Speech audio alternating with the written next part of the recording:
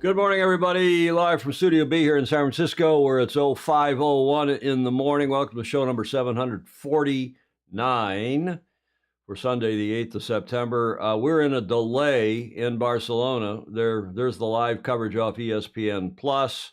They are experiencing severe thunderstorms and the threats of more.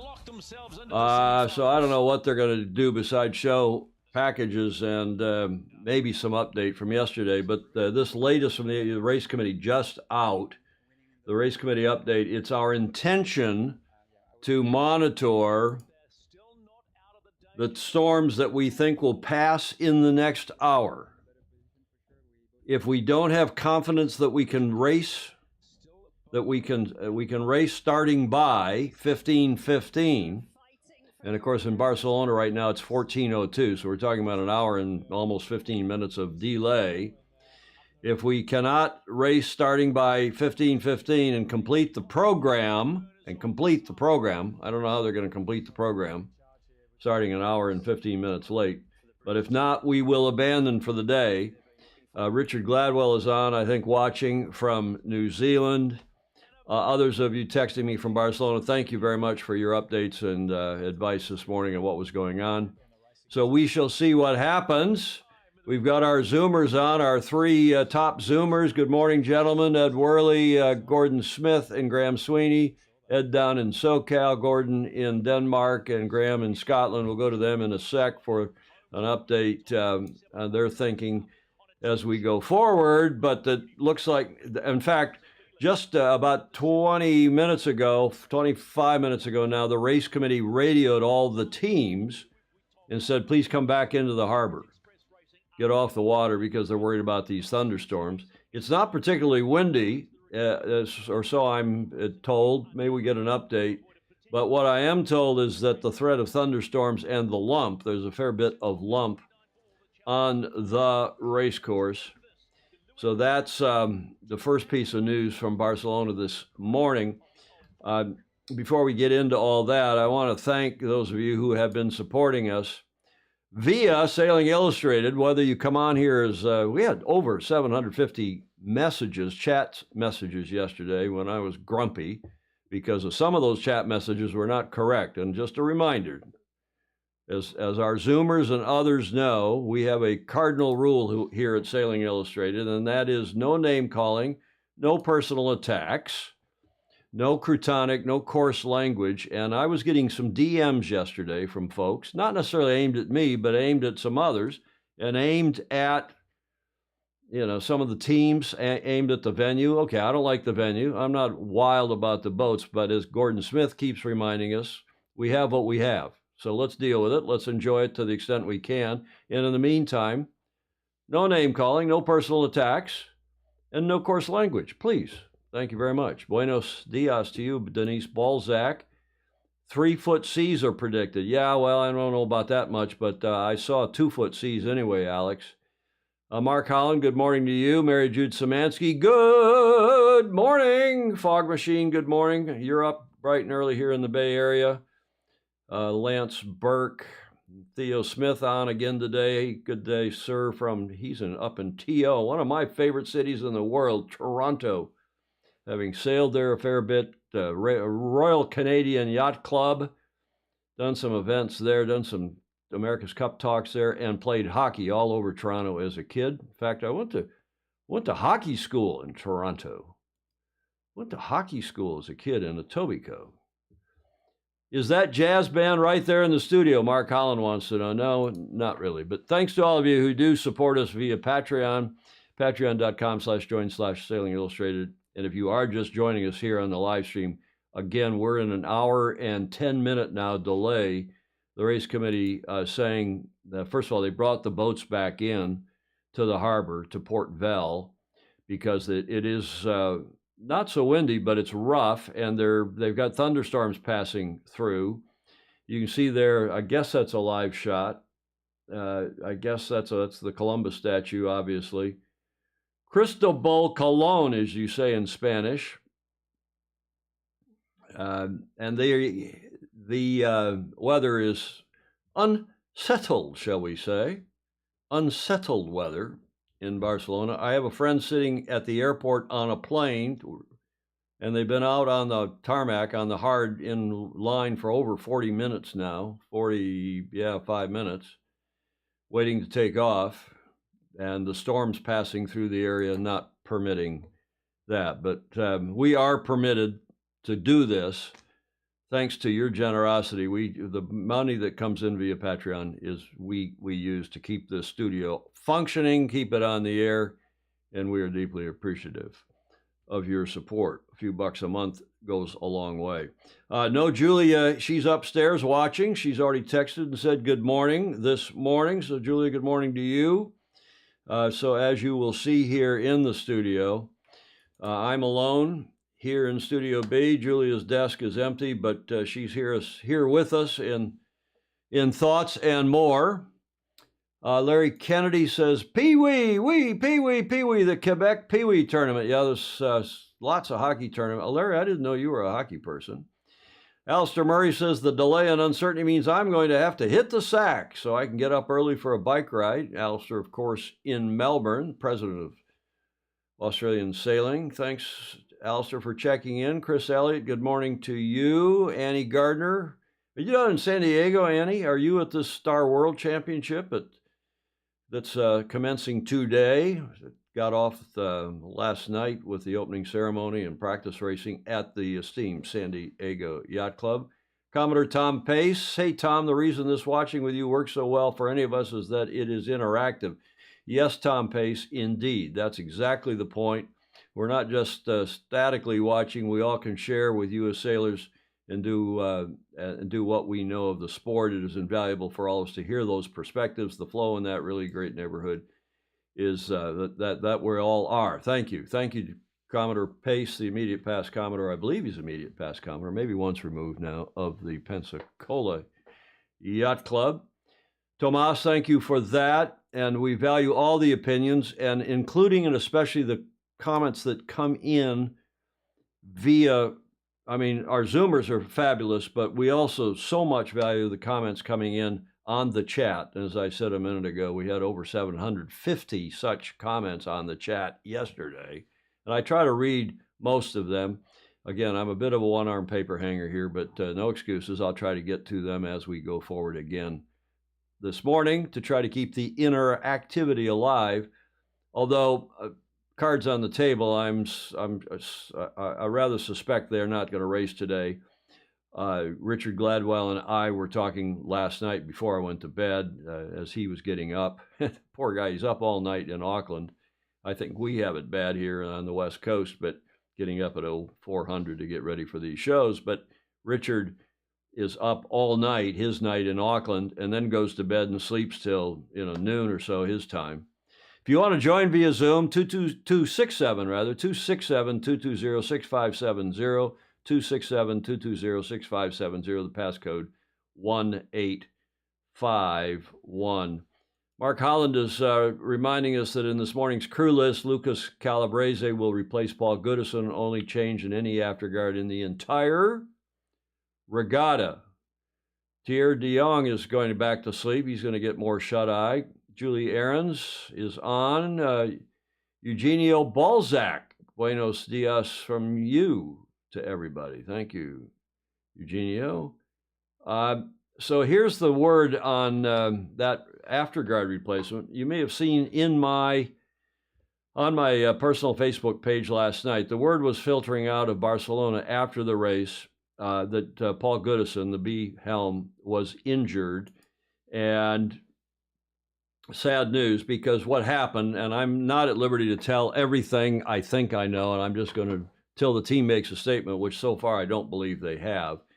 But the long and the short of it is from reliable sources inside the team. I'm not telling you what I've read on the Sailing Anarchy. In fact, I haven't looked at the Sailing Anarchy forum, but Stingray has kept me informed of what is being posted there.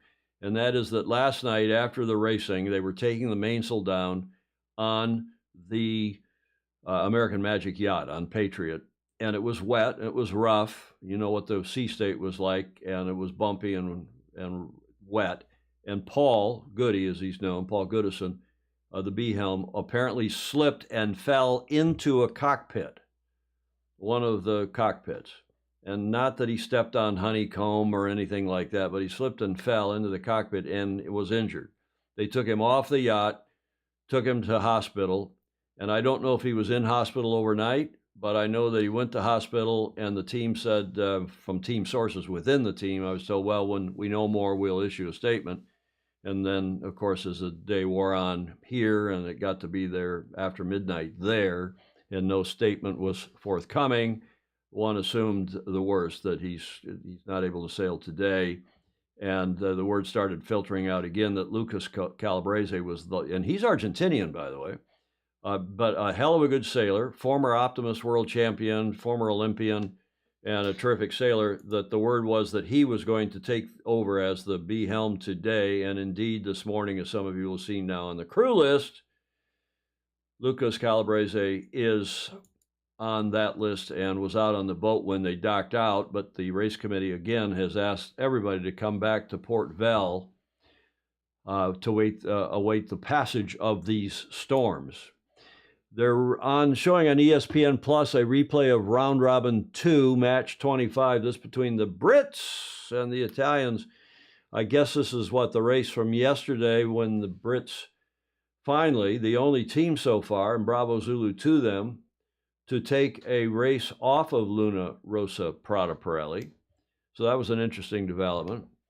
And the racing that is scheduled for today are the French against the Brits, the Italians against the Swiss, and the Kiwis against the Americans, with one twist, and that is that if France wins their match against the Brits, and if Switzerland loses, as everyone expects they will, but if the Swiss loses to Luna Rossa Prata Pirelli, but who knows?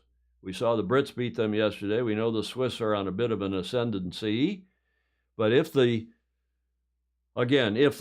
French win in that match against the Brits, and if Swiss loses, if Alinghi Red Bull Racing lose to the Italians, they will be tied in points, and there will be a sail-off to determine which team goes forward to the semis, which of those two will be the fourth team going forward to the semis, and the other team will go home.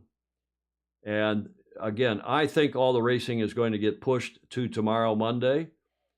But that's, who knows? We'll see what Ian Murray and his race committee decide in the next hour. Because, again, if you're just joining us, the race committee put out a statement about 20 minutes ago saying, I'm getting, guys, the private text. Put them on it. Don't private text me. Put them on the comment in the chat if you want a response. Unless I've got my fly down or something else that you think we've really messed up here. But what's happened? I've just explained, John, what happened to Lucas and Goody, or what's the situation with Goody having been in hospital. And I don't know if he remained in hospital overnight. I've heard more about what's happened beyond maybe some cracked ribs, maybe some. But let's let the team give their statement when they feel like it, in due course, and when everything is known and everybody within the team is properly informed of whatever the situation is. Obviously, not a great situation, or Goody would have been out there racing again today if it was just a minor little incident. But great news that they've got not one but two good backup helms, both in Harry Malgus IV, H4 as he's known, but also Lucas Calabrese from Argentina. Hence my post on the Facebook page last night asking if an Argentinian had ever steered an America's Cup boat in the LVC. And maybe Ed Worley knows the answer to that or has been checking overnight. Let's go to the Zoom. We got 4 Zoomers on there. Good morning, gentlemen. Ed Worley, do you have any idea if an Argentinian has ever steered a yacht in a Louis Vuitton Cup race? That doesn't pop into my head. With German Frears, he designed some America's Cup boats. He's Argentinian, right? Yes, he is. Hermann Frears, indeed he is. Any of the other Fozy? Gordon, do you have an idea about that? No, he's shaking his head no. Graham Sweeney, do you have an idea? No, not a clue on that one. And there is our fourth Zoomer, Phil Lindeman. Good morning, Phil. Where are you? And introduce yourself, please.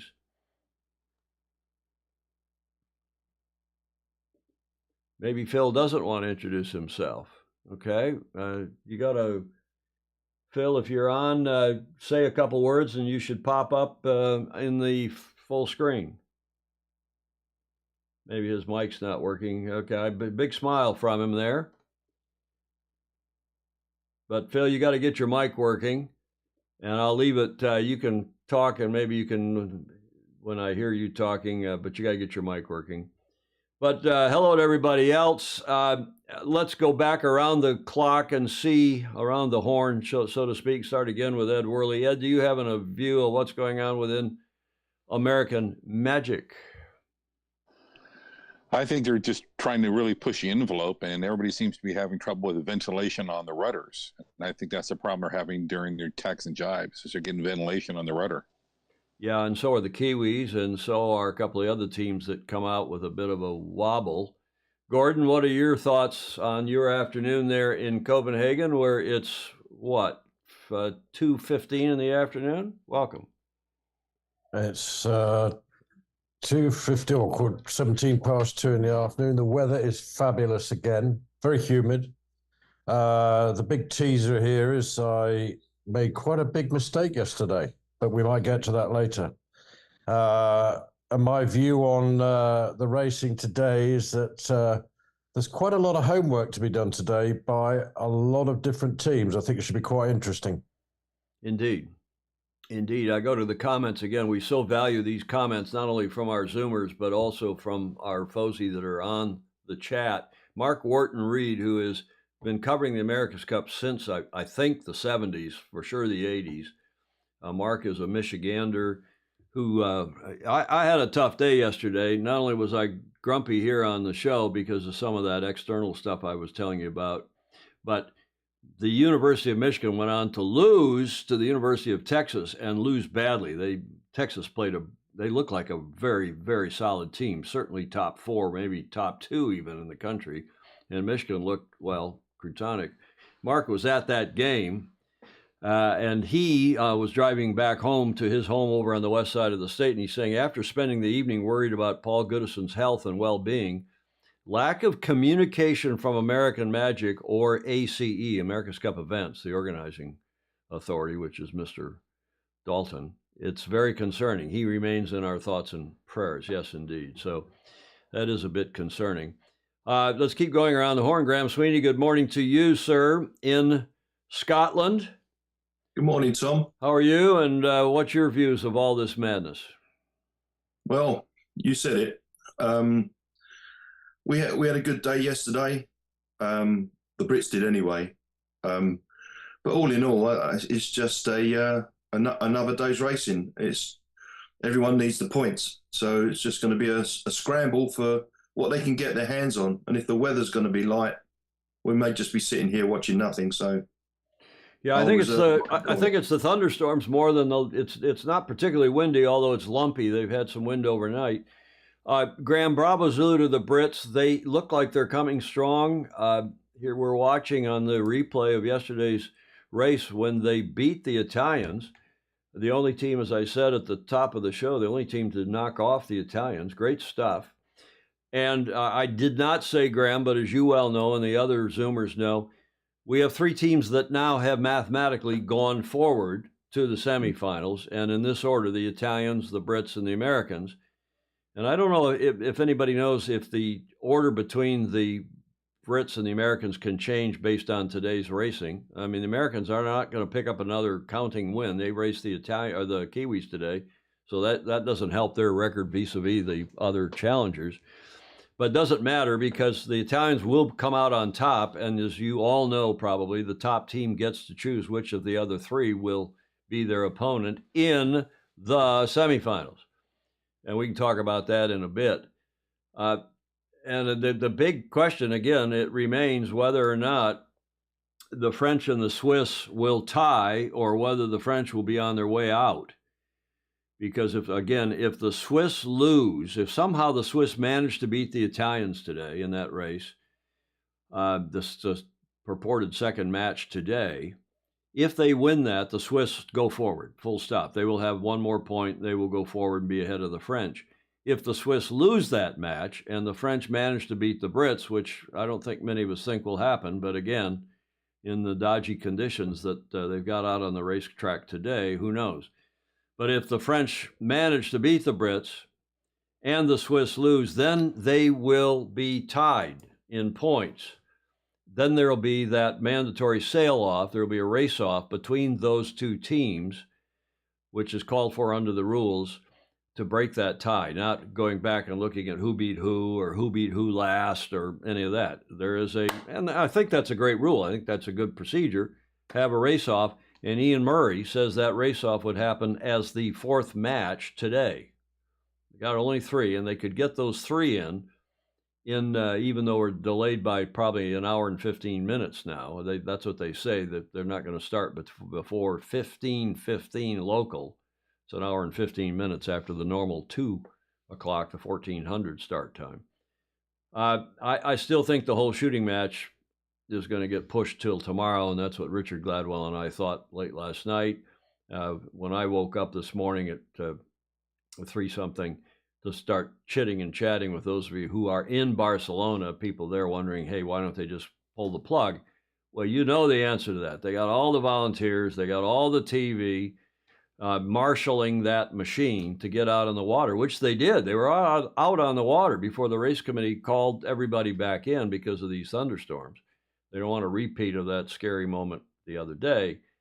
And now that everybody's, on call and up and running and there, it's expensive to then shut it down and do that all again tomorrow. But the forecast tomorrow is superb. So we'll see if they get this racing in. That's the program. I picked the Brits over the French today. I picked the Italians over the Swiss, so that would not result in a tie-break race, and I didn't even bother with the other one because it doesn't count. But it will be interesting now to see if American Magic is cohesive with a new B helm, with Lucas on the B helm, Lucas Calabrese, or not. Okay, there's some generally, that's our finish line slide, so we don't need to go to that yet. They're still running a replay of Round Robin 2, that match yesterday, we can have a look at here. Again, no Julia in the studio, but she's upstairs watching, sends her warm regards to everybody as we come in tighter here now on our PTZ Camera 2. This was a fabulous race. The Brits got ahead early and maintained the lead. The Italians had all sorts of excuses last night after the race, but basically they were good sports in that 16 knots of breeze.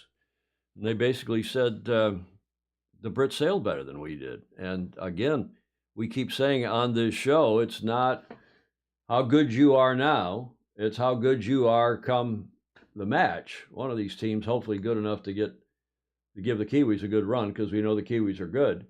And the Brits are on the ascension. They're improving. We can tell that the Swiss are improving. The Americans have been up and down. The French have been up and down. The Italians have been pretty solid up till now. And when they struggled yesterday, let's go back to Graham Sweeney and see what his thinking is on the Brit that he is, as is Gordon as well. Graham, what was your thinking of yesterday's really interesting and good racing? It definitely was interesting. I mean, we found some speed, we found some decent VMG, and but have we got one thing that the New Zealanders seem to have, and no one else seems to really have it, and that's this high mode. We don't seem to have the ability to squeeze up and go fast. It just stalls us, and we end up falling off and tacking away. If we could do that, I think we've got the full package. Until we can do that, they're still the dominant boat. Okay. Well, Gordon, what's your take on yesterday's sailing? Well, I thought it was a really great day sailing. As I said, I made a bit of a mistake yesterday, and I misread the water. It was considerably, there was more swell than I thought, but the period between the waves was longer, which is why it wasn't so apparent. But that kind of came back to my belief that Ineos is better in higher winds and bigger swell, and AM may be stronger with less swell and lower winds. Today, the wind is between 10 and 12 on the course, apparently, but with roughly the same swell as yesterday. So what we'd like to see from AM is the fact that they're able to perform better in this weather. And actually for OE, could this be their opportunity to beat Ineos? Ineos are reputed to be stronger, plus 14. So maybe this is going to make an interesting race. One can only hope. I want to extend a warm welcome to Timothy Rossi, who's an Italian match racer, young guy in his 20s. He's a Gulf Cup alum and has become a bit of a friend, and we really appreciate Timothy coming on here and watching along with our other Fozy. He's been on the show. Mark Wendelowski saying prayers for a speedy recovery, Goody. Yeah, I'm sure everybody on here wishes, no sailor, nobody, regardless of team, an injury that is anything more than, a bruise, that everybody's going to get bruised up a bit. Gordon Smith, before we go away from you here, there's a burning question in the comments. Maybe you see it, as the Zoomers have got multiple screens up. They've got, not only do they have the Zoom, but they've also are watching it on their local TV, whatever the feed is there, and maybe they're watching the comments as well. Gordon, what's wrong with your grandfather clock? You're from a big clock-making family. Indeed, I'm fifth generation. But that means we have very particular habits, and that means we wind our clocks on a Sunday evening. And this particular clock, I actually wound it for someone else. And so we're a little bit out of sync, but by tea time, it'll be fine. I'm really disappointed. We need all the clocks working. I mean, here in Studio B, we've got our clocks are working here. You got to have, the exact time. In fact, Julia's got a clock over her on her desk, so we know exactly to the second what time it is. Didn't Chicago? Who was it? Chicago? Do you really know what time it is? Didn't they do a song back in the 70s? I say, Tom, if it makes everybody happier and those with OCD, I'll go and wind it in a minute. Yeah, I mean, really, Gordon, we got to maintain our standards here. On the watch party. Good news for Richard Gladwell, everybody. Richard is up, and thank you, Richard, for passing these along. He, again, in Auckland, where it's nearly 30 minutes after midnight, 28 minutes after midnight in Auckland. And Richard is a real trooper. He, of course, the esteemed editor of the New Zealand editor of sail-world.com. And he stayed in Auckland, where he's got massive television screening and a whole setup in his studio. He's been on this show probably as much or more than anybody over the now 8 years we've been doing our regular Tuesday and Friday shows. And Richard says, an update from the race committee. We expect this storm to pass at 14:45. So that's in just about 15 minutes. And we'll attempt to start racing as early as 15:35. So in about an hour and 5 minutes from now.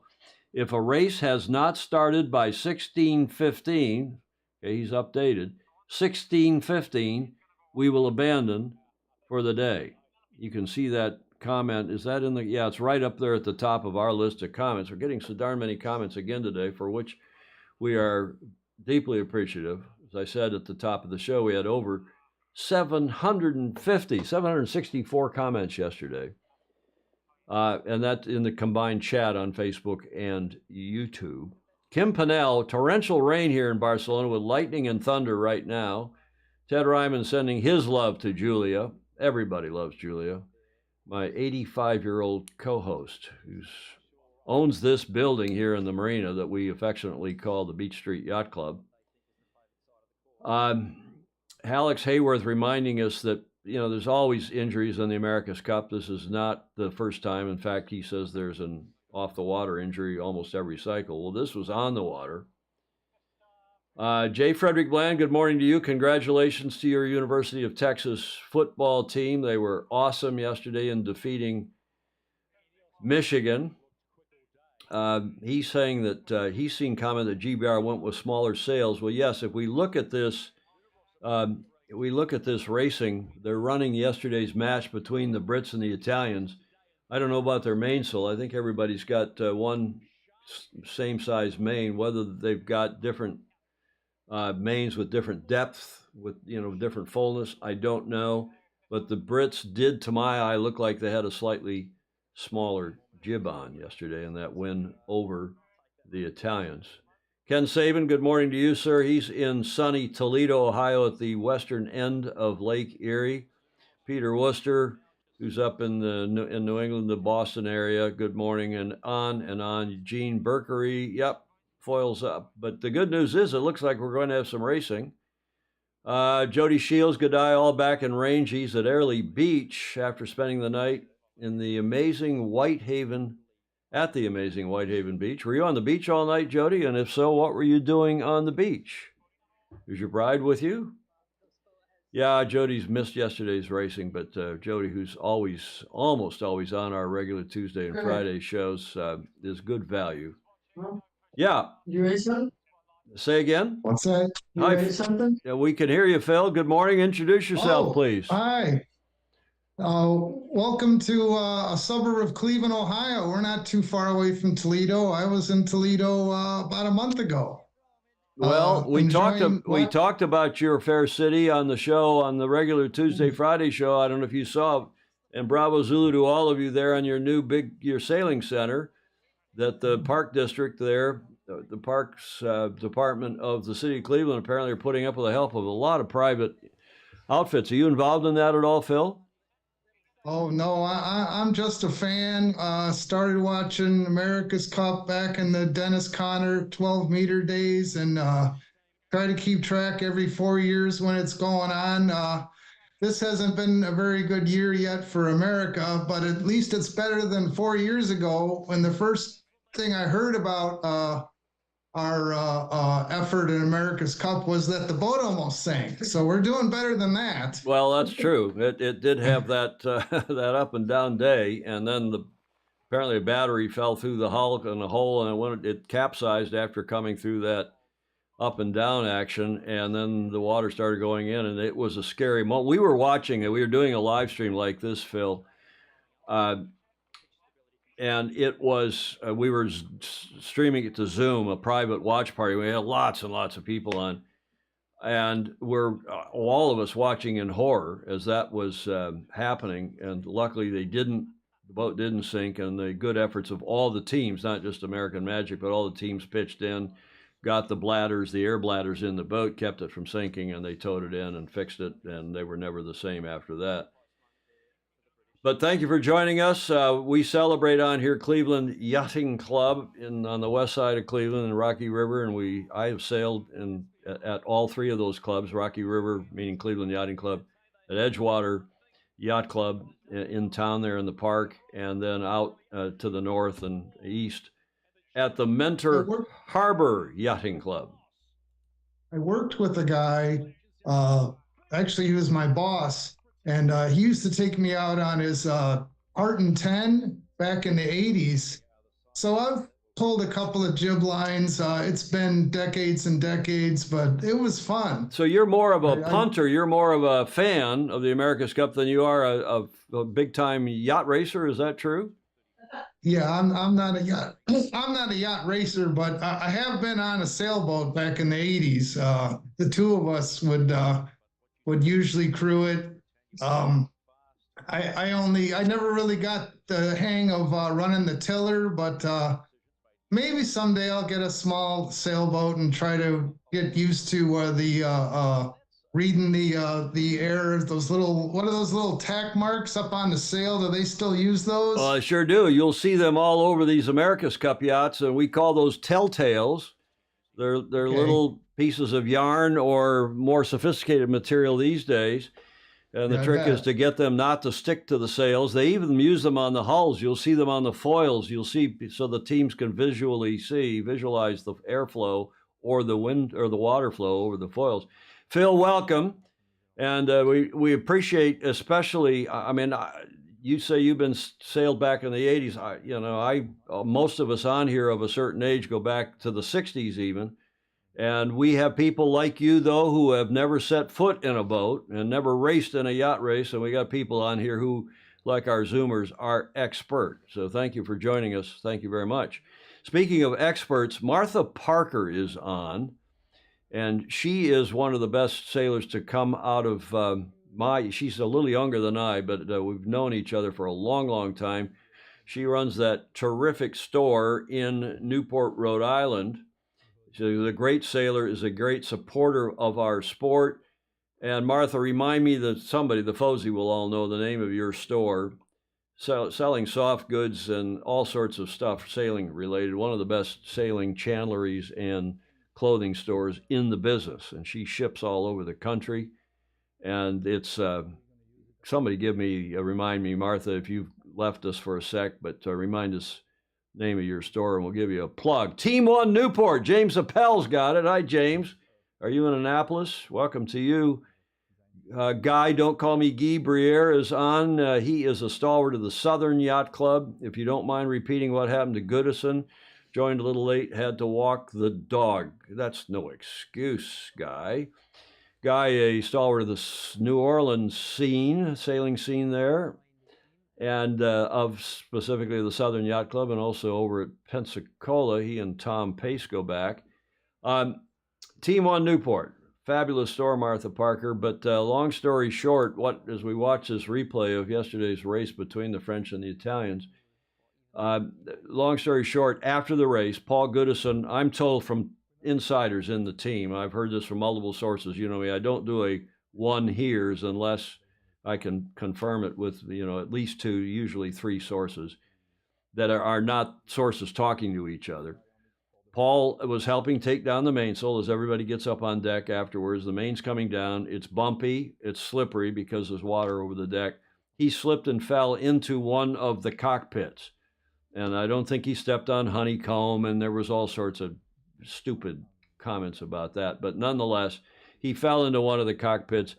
And the initial word was that he had some cracked ribs or some broken this or that. And it may have been more serious than that. I've heard things. He went immediately to hospital. They took him off the yacht, took him into the hospital where he was remained for evaluation. I don't know if he was in there overnight, but the fact that he's not on the crew list today, he's not going to be on the water. Clearly, he's not 100%. And Lucas Calabrese, the Argentinian, is the B helm if they race today, or presumably the B helm tomorrow if they push the racing off to tomorrow because of the weather, the thunderstorms. And I still not sure 100%. There was an Argentinian with, maybe Denise remembers this, with the Chris Dixon-led Oracle BMW or BMW Oracle Racing, whatever we were called in 2007, Guillermo Parada. And I don't myself remember if he actually steered a race in the Louis Vuitton Cup. He was our B helmsman for a while. He wasn't, frankly, particularly quick. And Dicko was our A helm at the time, and there were a couple others that were helming. And I don't know if he ever actually sailed an LVC race. But yeah, Guy, it's tough when you get hurt, especially somebody as cool as Goody. And of course, he was with the team last time and made that call when they were doing, as Phil remembers, when they made that. There's somebody's nice mantelpiece there. But let me go back and see what's going on in the foggy dew. There's a live shot. What are they saying? Underway, race 26, American Magic, Orient Express Racing. Looks like they're heading back out. Now they're running another race. This is the American Magic race, I guess, from yesterday. Is that yesterday? Match 26, round robin 2. But regardless, it sounds like they're headed back out to try to get racing in about 40 minutes. Maybe a little bit longer than that. Did Santi Lonja ever drive or crew? No, I don't believe so. He was with Artemis for a while, but he may have crewed. Alex Hayworth, good point. Denise Balzac doesn't recall either. She was with that team, I believe. And we shall see. We got an Argentinian in the America's Cup, which is an interesting development. You remember, all of you, the Fozy, I'm sure, and others will remember that day 4 years ago. It was in February of 01, so 3.5 years ago, when American Magic had the accident. Just before that, as they were coming into the windward gate, and Goody, who was not driving, but he was behind the gentleman who was Dean Barker, who was driving, and Goody, the question was, are they going to go around, tack around the port end of the upwind gate, or are they going to continue through, get through? There was a big gust of wind, a big puff of wind, get through that, and then around the starboard end of the upwind gate. And Goody had a bit of a discussion, shall we say argument, shall we say strong advice. You've all heard the audio clip, or some of you will have heard the audio clip, to Dean Barker saying, hey, I think we ought to extend here. We ought to go straight, get through this puff, as they were getting hit by this big puff. And it was, it was upwards to 20 knots of breeze or more. And Dean Barker said, no, we got to go around, because that side, the downwind right side of the track, or the upwind left side of the track, seemed to be favored. And they tacked around there, and when they came out of the tack, got hit by the gust, and the boat rolled over, and yada yada. And Goody has been with that team and a solid member of that team, so I'm sure all of us are feeling saddened today, not just by Michigan's loss to Texas. Hey, Notre Dame lost yesterday in college football, too. That was a shock. Not that I'm a big ND fan. Ted Ryman says it's raining hard in Barca right now, as they're showing still this race between Orient Express and American Magic. Is Dean Barker still assisting Alinghi? Ed Worley is asking. I don't know that. Let's see if anybody else knows that. Cindy Alton Delato. Hello, Cindy. New name on our list, I believe. Thanks for the great reporting. Tuning in from Edgartown on Martha's Vineyard. Well, past Commodore of the Edgartown Yacht Club, but current Vice Commodore of the New York Yacht Club, Claire Harrington, would be proud of you, Cindy. Maybe you know Claire, who again is a past Commodore of Edgartown Yacht Club there on the Vineyard. And she now the Vice Commodore of New York. As we go to the Fozy, there's the Comeback Cup. What are you holding up there, Phil? What magazine is that? This is November 2013 Sail World. I ran out about 3 weeks after the Americans won it that year. And after losing, the first 4 or 5 races in a row, and couldn't lose one more, and they came back and won the final 5 races or something to bring it home. And I ran out. I figured after about 3 weeks there should be some magazine in my local bookstore, and I went out and I bought this, and I still got it 11 years later. It's got a big article about the victory. You're a real fan, aren't you? I mean, you're a hardcore America's Cup fan, even though you're not a big yacht racer. Well, that's great. I hate to tell you, but I was not only with that team, but we were down 8. I think it was 8-3. We had some penalty points in there, and now my aging brain doesn't remember exactly the score. But we came back and won that 9-8. I think we won 5. I think we won 5 in a row. Came back 9-8. It may have been more than 5 in a row. I was rewriting. Yeah, I have for the first time in a long time, my Golden Gate Yacht Club, one of my Golden Gate Yacht Club sweaters on. And I was Vice Commodore of GGYC at the time, and each day was rewriting the Commodore's speech. I was with the team and also the event. So, yeah, we all remember that epic comeback by, and you remember who the helm was? Who was the I couldn't tell you. Who was our Oracle Team USA helm? He's helming one of these boats now. No, I couldn't tell you. Okay, one of the other Fozy will tell you. Gordon Smith, who was helming that boat back there for New York's, or for us, for Golden Gate's Team USA? Well, Ben was swapped on board. Ben was swapped on board for John Kostecki, yes, local hero JK, who's, by the way, down sailing in the Star Worlds I saw overnight. He's down in San Diego sailing for the first time, I think, in the Star Worlds. In fact, our Fozy John Sangmeister's son, Peter Sangmeister, is crewing for John Dane III, JD3, also from New Orleans. Famously good sailor. He's got to be my age. They're having a massive reunion of the star class. But do you remember Gordon the Helm here in 2013 who was the comeback kid? He's steering. Jimmy. Ed Worley remembers he was steering one. He's steering one of the boats now. Jimmy Spittle. Jimmy Spittle. Yeah, exactly.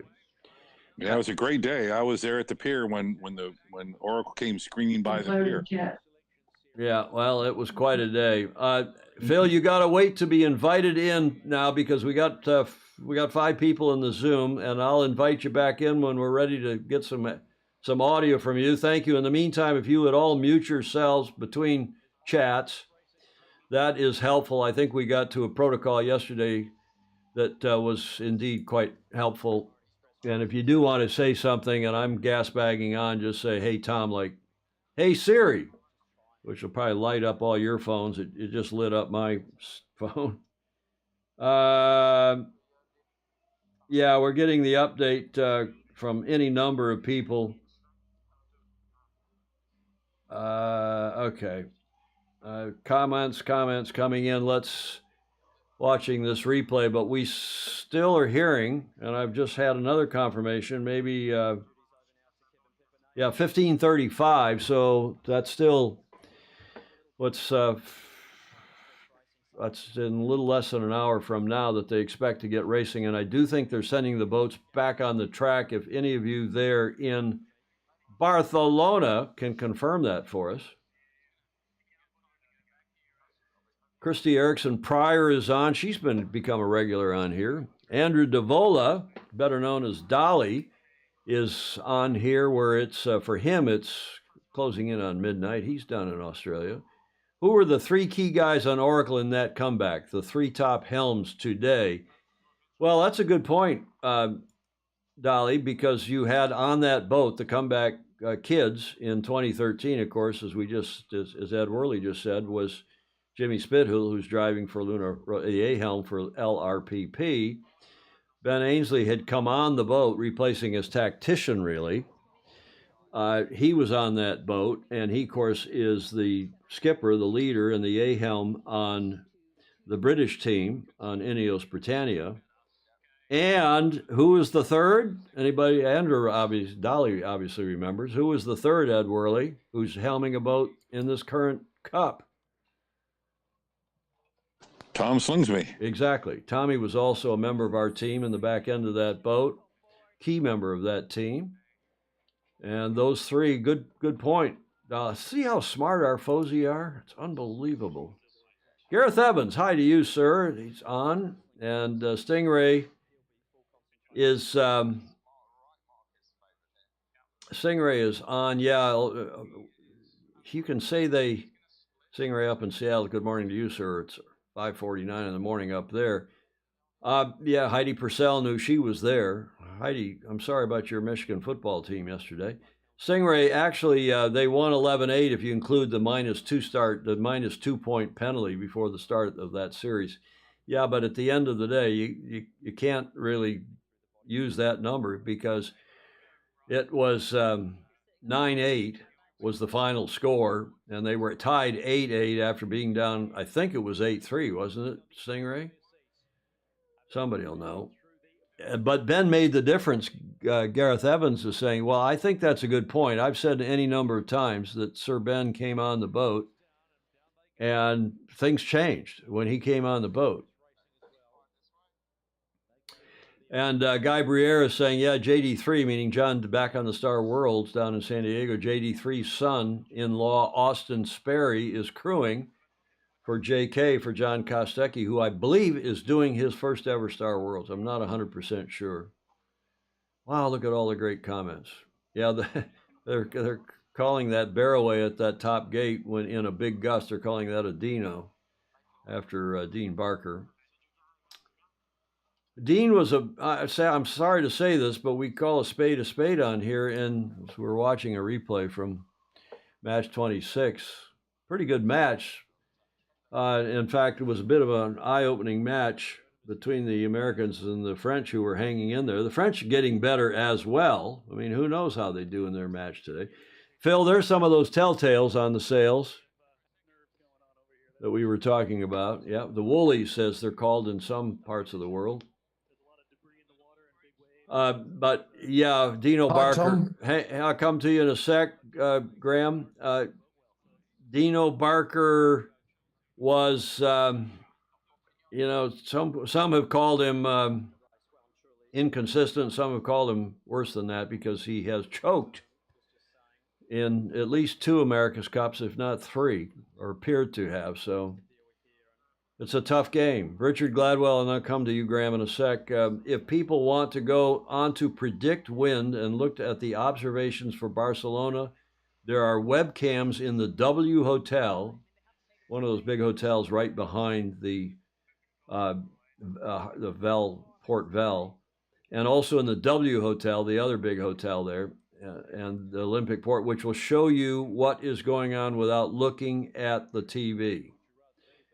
Okay, Graham Sweeney, did you have was it you, Graham, or was it Gordon? I think It was. wants to speak. Go ahead, Gordon. Hi, Tom. It was me. Go ahead. Yeah, I was just thinking about the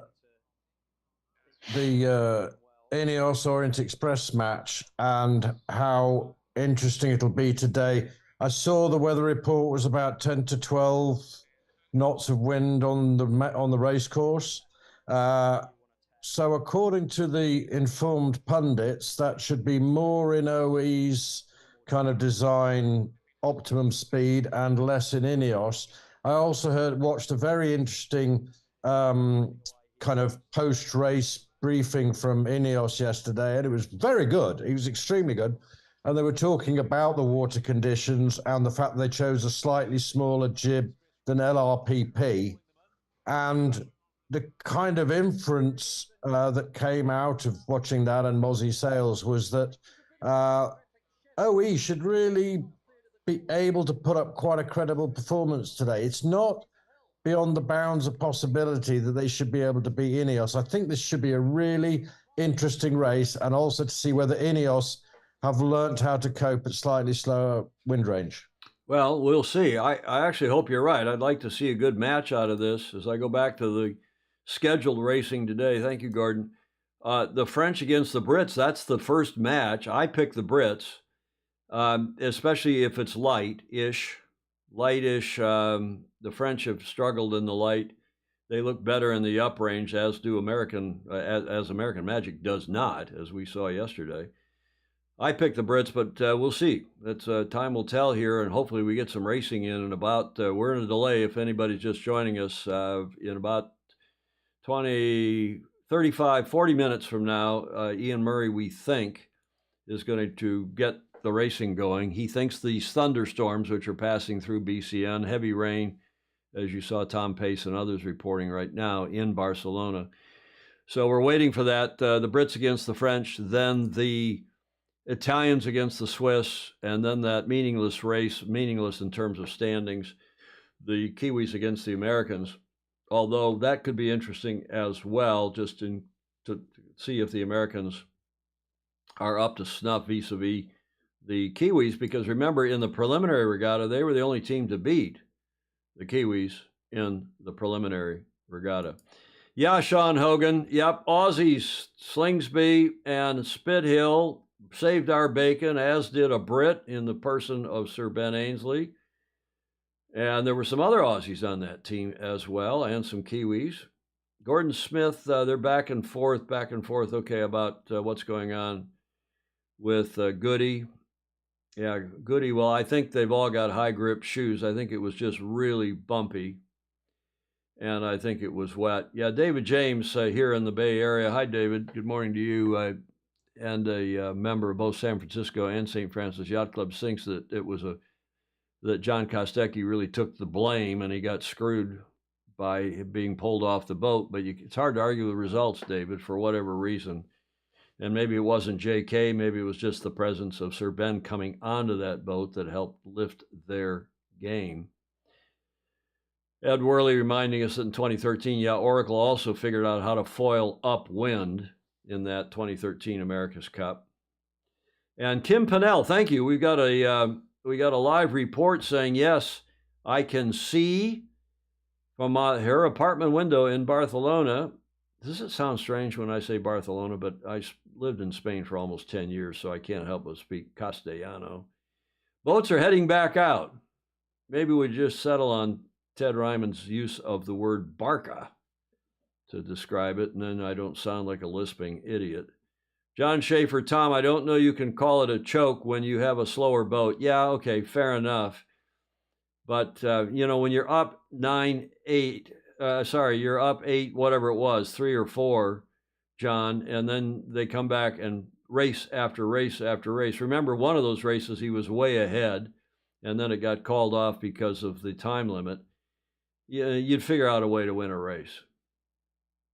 Gordon has wound the clock. All will be well now, Ted Ryman is saying. I'm surprised any of you rockers from the 70s didn't remember that song or didn't mention the song in the comments by Chicago. Does anyone really know what time it is?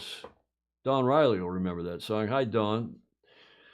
The only woman to manage not one but 2 different America's Cup teams, both her team in 2000 in Auckland and also managed the French team in Valencia in 07. Welcome to you, Dawn. Having an old-fashioned match race at Oak Cliff Sailing today. Yeah, I know that some of our other foes are out there helping run that racing. Two Aussies, yeah. Slingsby and Spithill has saved America's pride. Yeah, if you're just joining us, we're in delay for thunderstorms to pass through. They don't want a repeat of what happened the other day when that lightning strike came down right in front of Luna Rosa Prada Pirelli. I don't need to repeat the jokes we all were making about puckering and about having to change your underwear. I got a finger wag from Julia after that one, figuratively and otherwise, but you would.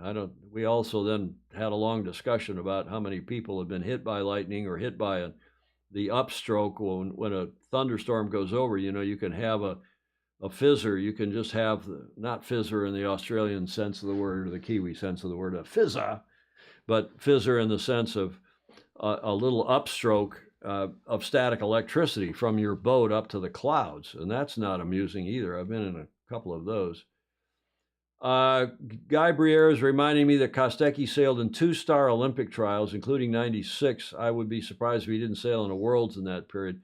Yeah, I would too, and that's why I was surprised when I saw the ink. In fact, those of you who are on my personal Facebook page, I've got that great picture that San Diego Yacht Club posted last night of that whole gang assembled. And of course, for extra credit, does anyone remember who the president of the Star Class is now?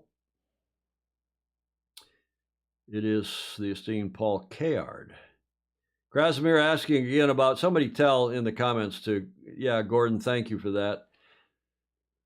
Richard Lawton. Hi, Richard. I saw an earlier comment from you. I saw Chicago at the festival in Newport, the folk festival or the jazz festival. I guess they were more jazz rock, probably jazzy festival in Newport. That festival is still going on there at Fort Adams. Is a fabulous occasion.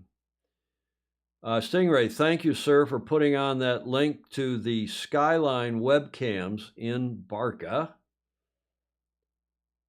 And how is the new helm a legal crew member? Well, they've got exceptions to the rule. And maybe he has long since qualified. I know he's been living in the States for a long time, Alex, so maybe he's long since qualified under whatever. He obviously has, or they wouldn't be putting him on the team on the water today as the B helm. That, of course, being the replacement, the sub.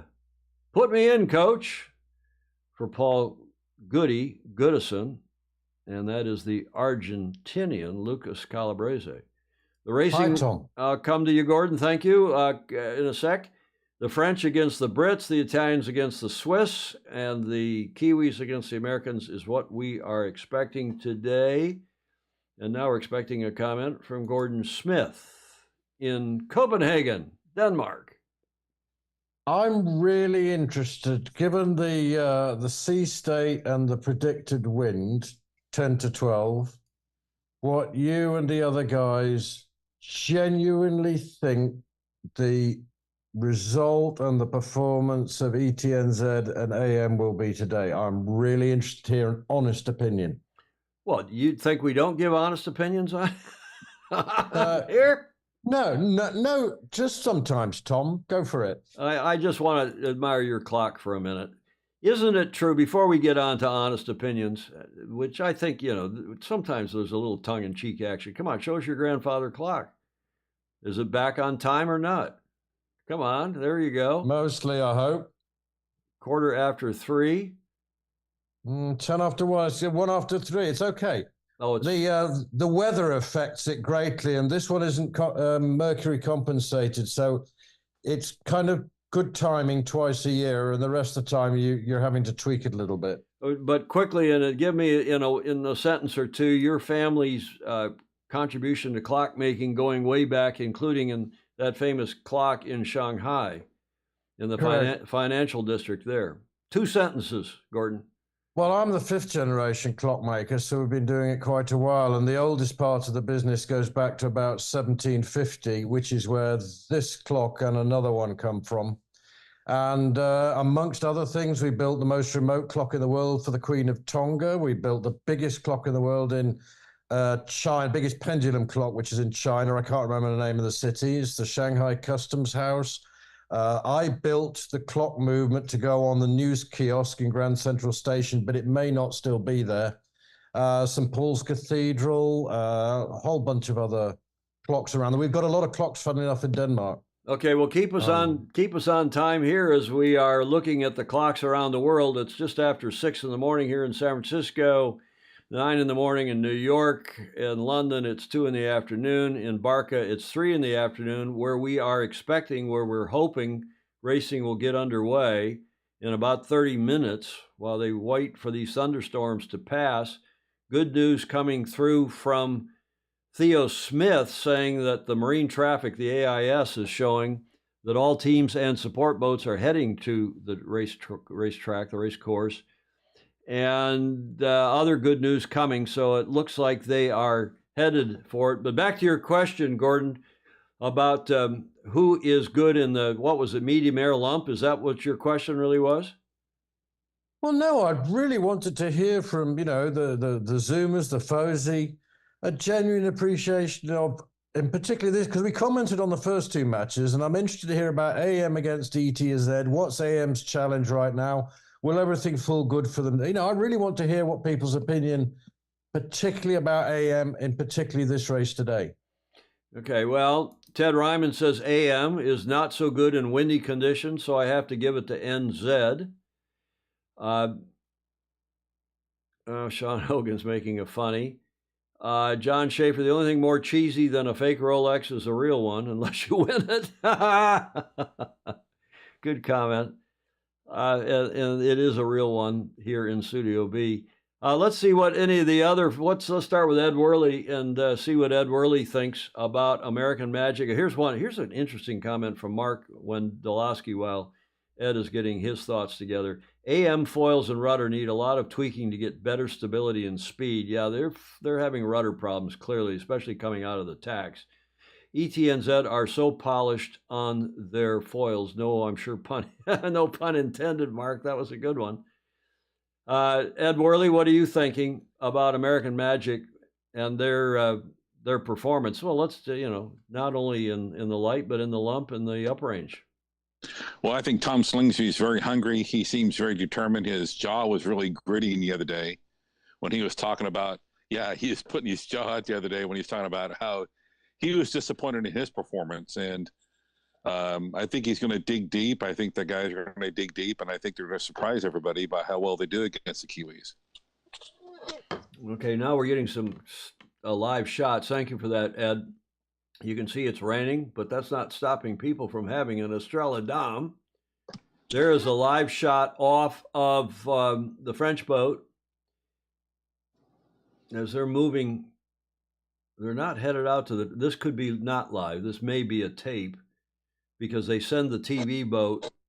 They send the TV boat along the waterfront and they shoot video and they send it back to the IBC, the International Broadcast Center. And this could be from some minutes ago as the teams are getting ready. Some kind of something being stuck on something there. Anybody know what that is? Yeah, this looks like it's cut, like it's a package, as they say in TV world. On the French boat, a little work there on something. That's not a good look as you're just about to go back out on the water. Anybody have any idea? John Schaefer, do you know what that is? Give us a comment.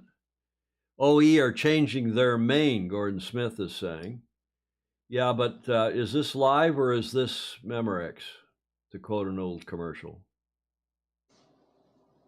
Working on that bow cam as well. Let's see what Graham Sweeney thinks about American Magic and their potential. Especially, I know why Gordon's asking the question, because it looks like the semifinals are going to be the Swiss against, my guess, the Swiss against the loser, as between now the French and the Swiss. And I think that'll be the Swiss will go through. There's a picture of them over my shoulder. And assuming that's that one semi, meaning that's whom the Italians will choose, the other semi will be the Americans and the Brits. And that could be a very interesting series. Graham Sweeney, who will prevail in that series, knowing what we know so far? Oh, you put me on the spot with that one. No, Gordon Smith put you on the spot, not me. He did indeed. All I can say is today I wrote 2 lists. I wrote a light weather awful day, and I wrote an average day results. And my results for USA was the fact that if it was a normal day, I would say New Zealand would really take it home. But if it goes light, I wouldn't put it past American Magic to do the business on them. But who knows? We're just speculating. We're not even getting our feet wet. So here we are. Okay, well, let's go back to Gordon and see if he'll answer his own question. Gordon, in a semifinal, who's going to win between the Brits and the Americans if that comes to pass?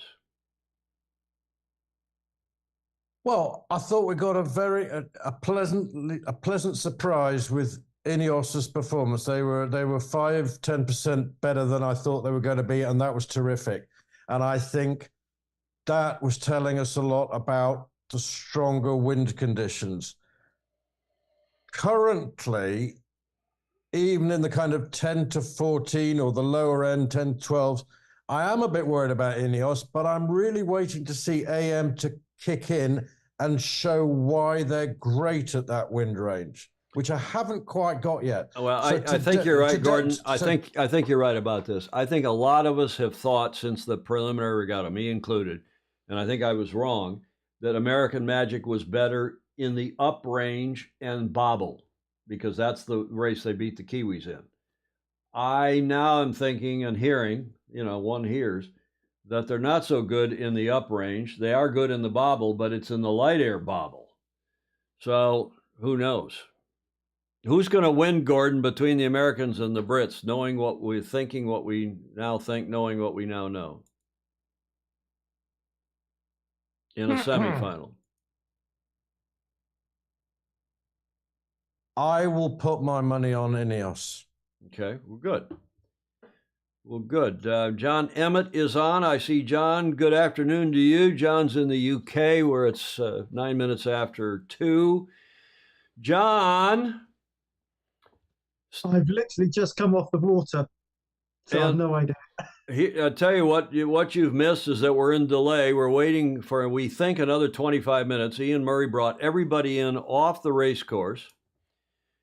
This is a good chance to summarize for everybody. They're talking about rowers for the Swiss here on this TV package. So they went live at the right moment.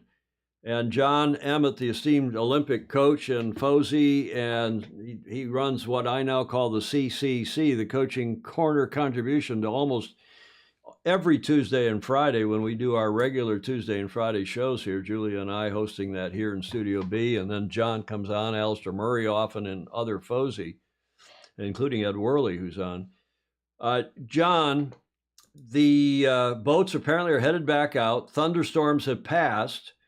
It's not going to be particularly windy there today. We think it is going to be raceable. Ian Murray has said it's intention to start racing in about 25 minutes from now and try to do the whole program, which is, as most of you will know by now, as we've been talking about, the French versus the Brits, the Italians versus the Swiss, and the Kiwis against the Americans. And the bottom line of all this is that the Americans, I'll put it in order, the Italians, the Brits, and the Americans, I think in that order, are through to the semis, which start next Saturday in 6 days. The semifinals, that's a first-to-win 5-race series, 2 different pairs. The question is, who is the fourth team going forward? Will it be the Italians or will it be the French? And there in the lower third of that slide, if the French beat the Brits today, and if the Swiss, who everybody expects, will lose to the Italians, but who knows, if the French win and the Swiss lose, there will be a tie, and that will require a fourth match today. And Ian Murray says it's his intention to run that fourth match today in Barcelona, in Barca now, and not do that tomorrow. Ian Murray has also said, John, just by way of bottom line on all this, if he can't get racing started by, what was the time he said, gang? If he can't get started by 4:15. Yeah, was it 4:15 or by 16:15? Thanks, Gordon. If he can't get it started by 16:15, which is in an hour and 3 minutes from now, he's going to push the whole.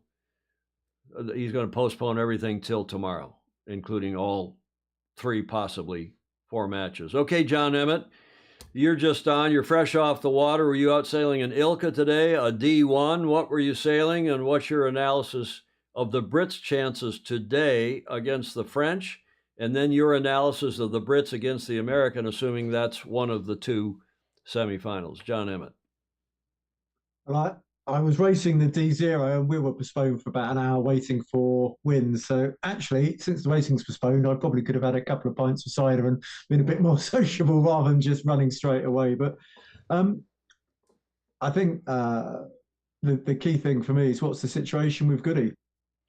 Well, that we didn't really cover in our recap just now, but Goody, as you know, we talked last night as I was hearing the news coming out of the team, and they have been very not only tight-lipped but also British stiff upper-lipped about this.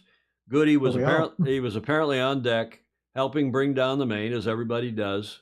It's a big procedure to get the main down, keep it from going in the water, yada yada. And he slipped, and it was bobbly, it was bumpy, as we all know yesterday, and it was wet. And he slipped and fell into he didn't step on honeycomb. That I'm reliably informed. He slipped and fell into one of the 8 cockpits. I mean, there are 4 on each side of those open cockpits. Fell in there, and of course, if he fell into a cycler cockpit, he's going to hit stuff on the way down, not just the coaming, not just the edging of the cockpit. And I don't know which cockpit he went into, but he went down. The original reports were that he cracked some ribs, and then the report started coming out that may have been more serious than that. They took him off the yacht, rushed him to the hospital, where he stayed for some extended period of time, John, because, as you know, you and I were texting and talking. In fact, we talked, didn't we, last night? And he was still in hospital then. And whether he stayed overnight, I don't know. But the team has been tight-lipped about this. They're wanting to find out the full evaluation, and they don't want to interfere, I'm sure, with the racing operation. And in the meantime, this very fine sailor from Argentina. Tell us about Lucas Calabrese, who's taken over as the B sailor. The first thing I just have to say, I wish Goody all the best. I mean, I've known him for a very long time, and get well soon, mate. I mean, It must be very, very difficult. And I think in terms of the team's performance, it's hard to overestimate just how important Goody is. I mean, we all the teams have a front face, if you like, but I mean, actually, Goody's such an important part of that team. And I think in terms of the replacement helm or substitute helm, it's a great unknown. I mean, I wouldn't know. It'd be a lot of pressure. And then the earlier question, I feel it's pretty unlikely France is going to win any matches unless there's gear failure or a major unforced error for another team. But and I think a lot of people have been pleasantly surprised with how competitive all the races have been. And I think it bodes really well for America's Cup 38. Good. Well, that's what we're hoping. And you have been, to be fair, you've been the optimist all along. You've been the one who says, hey, this is good stuff. These boats are cool. The venue is not great, but it's okay. And regardless, it is what it is. I mean, you're the classic coach saying, hey, guys, put up with what you've got and don't worry about what you can't fix. Go out and trim your sails and go. If it's a windy day and there's somebody in the boat park who's talking about capsizing or breaking gear or whatever, however much I like them, I remove myself from their presence because that's no good for anyone.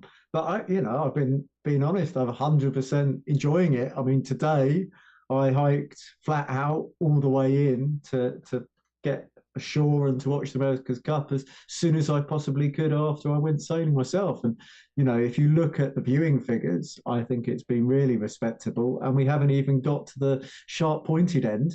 So I think that says a lot for it. And I think the sport, we're lucky. We have so much diversity, and the America's Cup is just a very extreme part of that. Well, it's the pinnacle of the sport. I mean, in the history going back to your country in 1851, the race around the Isle of Wight, clockwise around the Isle of Wight. These days, they generally do the around the island race counterclockwise. And as Ed Worley is saying in the comments, stay away from negative energy. Yeah. Hey, John, let me ask you a technical question. What camera you've got? Your image, your vision, and audio is really good. What are you using in your Zoom studio today? Idea. I should have set it up before I went. So I have a Zeus laptop with a Intel i9 processor. It's and a Nvidia card, and I'm just using the FD webcam off the computer. The FD webcam. Oh, so you're using the webcam on the computer. Well, it looks great. And the lighting is good. Broadcast software as well, but I didn't want to try mucking around with anything. I've got sale numbers and media bags and everything in a big crumpled heap in the background. I haven't even hung up my wetsuit. But okay, Krasimir is asking what Asus computer is it specifically?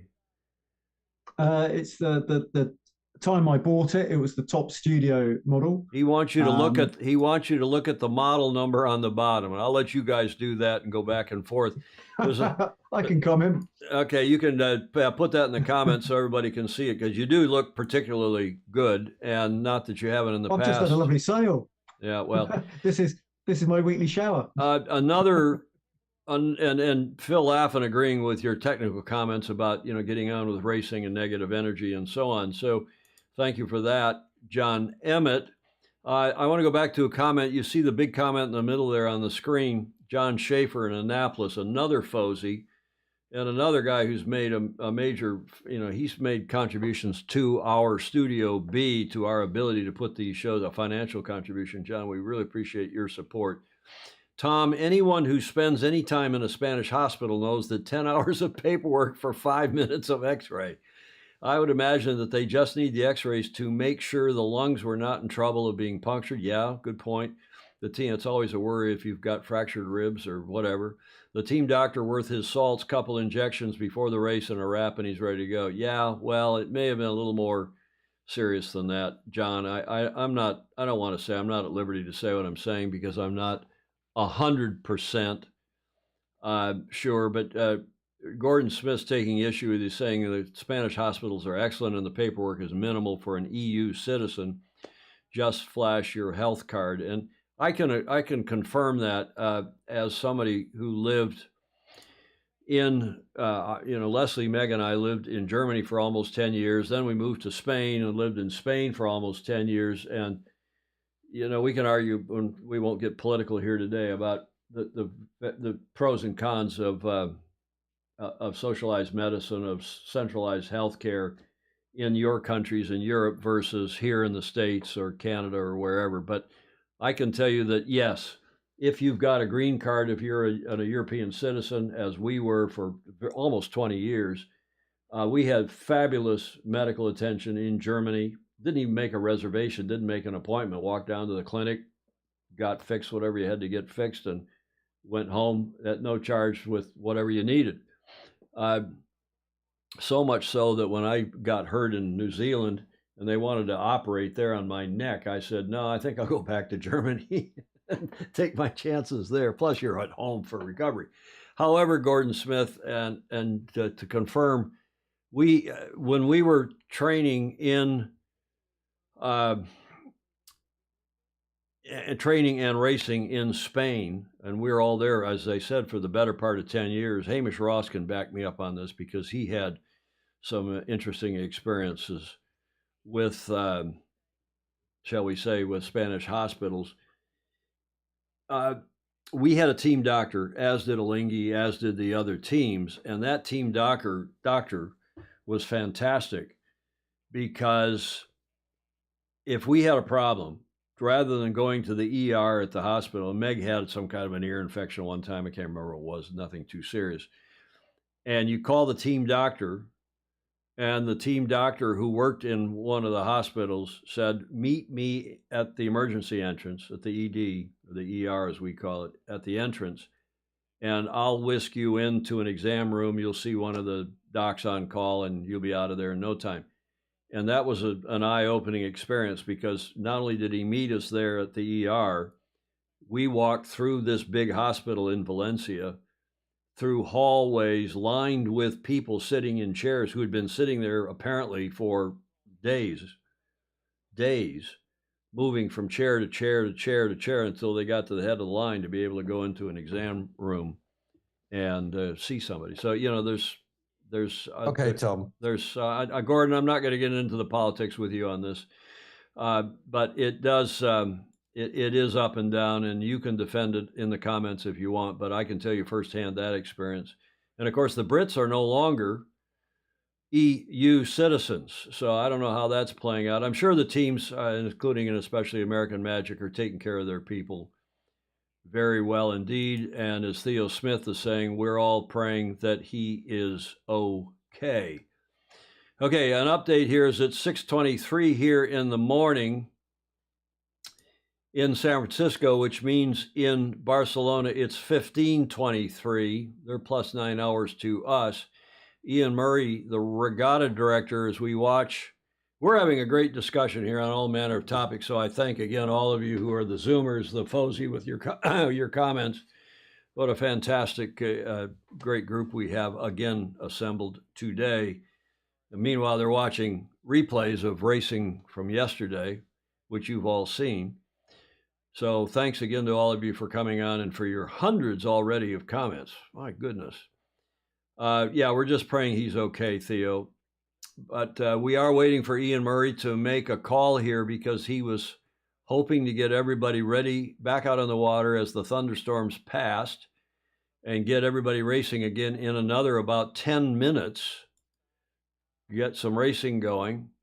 And he has said that if he doesn't get racing going in another 55 minutes, meaning 15 minutes after 4 local time, 16:15, if he doesn't get racing going by then, he will postpone the whole enchilada till tomorrow, Monday, which is a reserve day. May I make a comment? Please. Oh, good. You hear me? I gotta go. Actually, I have to go to church and I have to stream my church. So I gotta go do that. I need this laptop to do it. So I'm gonna have to get off. I'll have to watch it on a replay, I guess. Okay, Phil, thanks for joining us, the newcomer to our show in Cleveland. Let me ask you, what kind of streaming do you do? Yeah, a big fan, not a big yacht racer. Although he did some T10 racing back in the day. Those of you from the Great Lakes will know the Tartan 10. Phil, it sounds like you've got somebody there in the peanut gallery there. My wife. Your wife. Put her in the shot. We want to see her in the shot too. She doesn't want to come on. She's upstairs wrapped in a blanket, right? That's where everybody is. Well, she's shy. Okay. Phil, what's your streaming setup when you go to church? What kind of a computer are you using? OBS? Just to give us a 2-sentence description of your streaming setup. We were using 2 laptops and a monitor, but it wasn't working very well. We were running, we're even going at the 30 frame rate. I don't know what you guys are pushing here. It was choking a lot. So actually today's the first day we've got an actual desktop version computer, and we've got YouTube, or no, not YouTube, Facebook Live we're on with OBS, and we got like 4 cameras. So it's nothing like yours, but I'm learning. It's neat to begin to understand how to do it.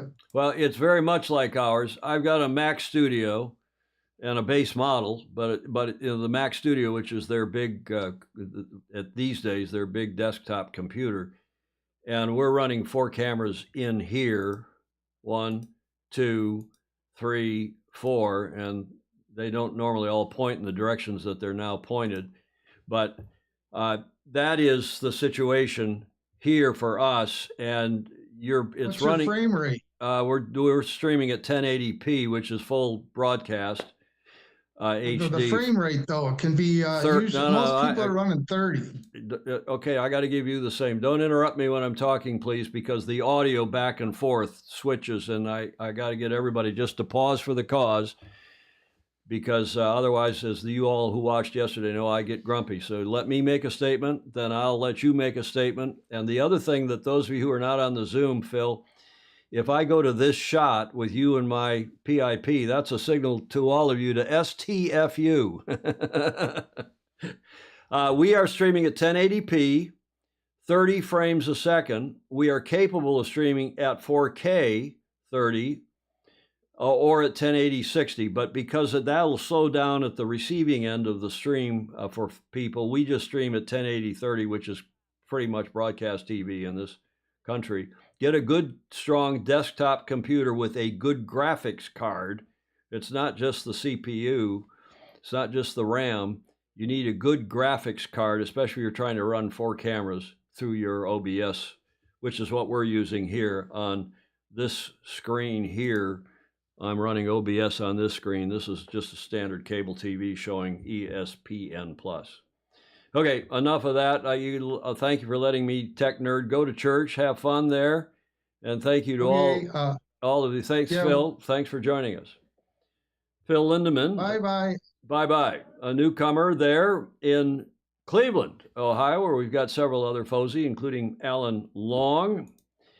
And we're watching here the replay of Round Robin 2, Match 27.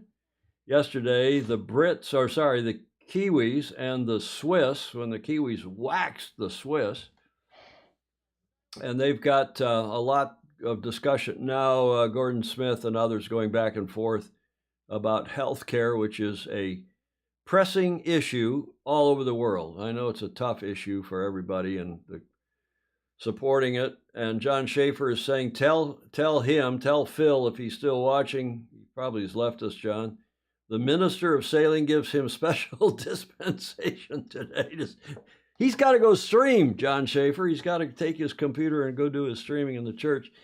John Emmett is a streamer, is a technical marvel. He has been doing a lot of work, not only for us, but YouTubing and helping regattas get covered well. John, what equipment do you normally use if you're live streaming besides that computer that you're zooming on right now? What's your best camera? What frame rate are you using? Just give us a couple sentences, if you would, please, on all of that.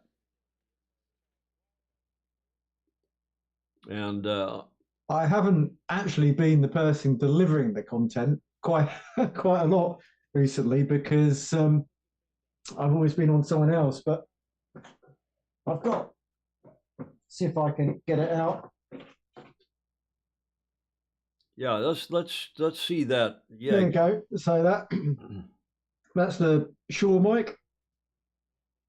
SM7B. Yeah. And then I've got a SSL audio interface, which I run it off that. Which digitizes the audio, the analog audio coming out of the microphone and puts it into your computer. But show us do you have your little camera that you use for the selfies when you do the video? I must admit, I could actually use my full mirrorless camera, which is behind me. But half the time, more than half the time, I just use the computer's camera, which is what I've got today because I was in the rush. I did have a little stream cam that does 60 frames a second, but well, it's good to see John's got pants on. Serious. That's the mirrorless camera I have with a 70-200 lens. And that is what? A Sony? Yeah, FX3. That's high-powered gear. But don't you use a little zoom? Where's that little zoom handheld camera with the gimbal that you use? The Model 3 or the Model 4 of that? Is that around? You got to show us. From me. We're not padding for time. Andrew Pindar's on here. He's saying hi to everybody. Yeah, show us that. When I go, oh, sorry, Tom.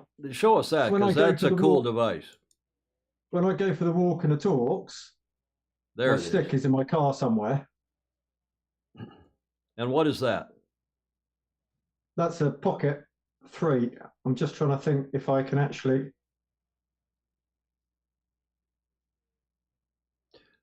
And who makes it? So Lily's very happy that I use DJI, which is a very good Chinese company, but they also have a base in Holland. And I'm just trying to think. I've probably got that gimbal to hand as well. So, yeah, okay. While you're back in the back there, it's a DJI Pocket Model 3. There's a Model 4 out that's even better. The 3 is probably very good for anybody who wants to do, as John does for us, his coaching corner contributions, walking around and doing the selfie. Do you put that on a stick? Yeah, it's on a stick. No, the Pocket 3 is definitely the newest one. Definitely the gimbals are for. And then I have Rode mics with various. If I'd known, I would have been more, and then lapel mics. Yeah, Theo Smith, John, is confirming the DJI, which is also not a Chinese company, but they make a lot of good stuff. They are making good mics. I'll come to your mic in a sec, John, but they're also making not only great mics. They obviously are big. Obviously, you probably know they make drones, and they're a fabulous drone company, and they make that little Osmo Pocket 3 and 4. John, tell us about your mics. You just showed us your Sennheiser. The Sennheiser dynamic mics are actually being used at a lot of Olympic Games. They're just really good at getting the speech where you want. So if you imagine they make a sort of heart shape where they take the audio from. So if you're in a busy boat park with a lot of clanging halyards or people in the background, it tends to pick up just what you want. I do have a condenser mic, but it picks up everything.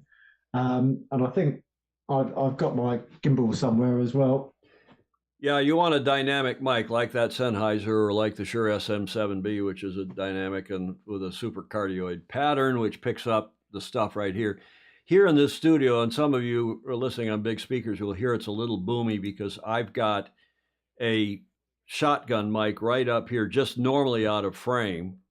There's my camera, but just out of frame so that my hands, because I work in here all day. I put in long days in here in the studio, and it's just to have a mic right here in front of me and blocking some of the screenage. But John, you and I have been asked, and maybe it's to help some of the others, to put together a little bit of technical guidance for others who are streaming, and as the world becomes more and more of a streaming video world, we can do that, right? Yeah, I mean, one of the things I got sorted out as soon as I could was to have a gig up and a gig down in terms of good internet speed. And I run a wired connection wherever I can, but it makes you really intolerant when you go somewhere else and it's terrible. I think, wow, yeah. I was in an absolutely stunning Italian hotel, walking distance from the boat park at Lake Garda when I was doing the live commentary for the Youth Worlds. But the speed of the internet had me tearing my hair out. It's first world problems, I know, but Alan yeah, Long I and think anyone could stream. If you've got a good iPhone, you can get perfectly good content for social media, well, and and it's amazing now. as you all know, that's how we started out. When we started doing this 8 years ago, the only way you could stream is from an iPhone, Wi-Fi, and you had to have a good Wi-Fi connection, a good internet connection, hopefully, and then to Facebook. That was the only way you could stream. We put this on a tripod, and I stood around there with a TV over my shoulder that we put the slides on, using a computer to put the slides and the videos up there. But okay, enough of geekiness. As David Richard Morris is checking in, it is now 6:36 in the morning here in San Francisco. In Barcelona, it's 15:36, 36 minutes past 3 in the afternoon. We were hoping and expecting that Ian Murray, he said he would try to get racing underway by about now, by 35 minutes after the hour. And they're still running on the broadcast a replay from yesterday's match between the Kiwis and the Swiss. So we are at the rhubarb strokes, as Gordon is saying, race or no race. Ian Murray also said that if he couldn't get racing going by 16:15, which is another 45 minutes from now, or 40 minutes from now, that he'd call it off and postpone it to tomorrow, Monday. And that, of course, means getting up early again and going through all of this again. But with all of the FOSI that are on here and our Zoomers, it makes it palatable. And we, again, appreciate everything that you all contribute to this, because it's a hell of a lot more fun than watching. There's a live shot. That's encouraging than watching replays. Gareth Evans asking, is anybody on Facebook having trouble with video today? Every few minutes, mine starts buffering. The comments keep coming, and my TV streaming from YouTube, so pretty sure it isn't. Well, reboot your computer, Gareth. Your video, your graphics card may be all bound up. Reboot the device, whatever the device is that you're watching this stream on. And that, again, is why we stream at 1080p. God, the French are still mucking about. They've got to be out on the water. This has got to be video from when they were trying to get ready to go out on the water. I don't know for sure. But in any event, reboot whatever device you're trying to watch this on. We know that people who have been, especially been watching this for days, we were 3.5 hours yesterday streaming, and your graphics card, your device, the RAM can get, boggled up. And we often find that, in fact, before I go live, I reboot not only this computer, the streaming computer, which is a big, powerful, strong computer. I don't only reboot it, I turn it off, shut it down. And those of you who have Mac devices, when you're going to do something like this, not just restarting it, but shut it down, let it clear the baffles, as they would have said in the Hunt for Red October, and then turn it back on after a minute or so. And you have better luck with streaming. And we're streaming at, as I said, 1080p 30. So far today, we have streamed for an hour and 39 minutes at 1080p 30. We have dropped 0 frames. Hi, Tom. I'll come to you, Gordon, in a sec. 0 frames. And we've missed frames due to rendering lag. For those of you who are geeking and wondering about streaming, 208,000 frames. We've dropped a total of 2, and skipped frames due to encoding lag, 0. So you may clear the computer, clear everything up on the computer. But good news is, here we've got the French being towed onto their. No, are they being towed? No, I think not. Yes, they are being towed onto their foils by their chase boat. Maybe they were struggling on shore, and maybe they're towing them out to the track to get ready for their race, because the first race is the French against the Brits. So the good news is it looks like we have some action there. Gordon, quickly.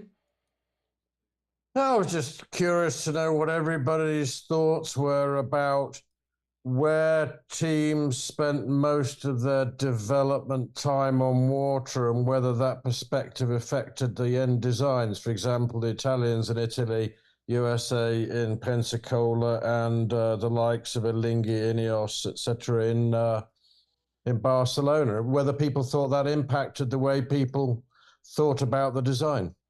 Okay, well, maybe folks will comment on that in the chat. As Ed Worley is saying, look at the face masks the French crew are wearing. J. Frederick Bland, great day in Austin, Texas, of course, because his University of Texas team defeated the University of Michigan. They clobbered them yesterday. Michigan was ranked 10th. They'll probably drop out of the top 25 after that performance. They having won the National Collegiate Football, our gridiron championship last year. Great day in Austin, can finally do some maintenance on the boat without melting under the heat.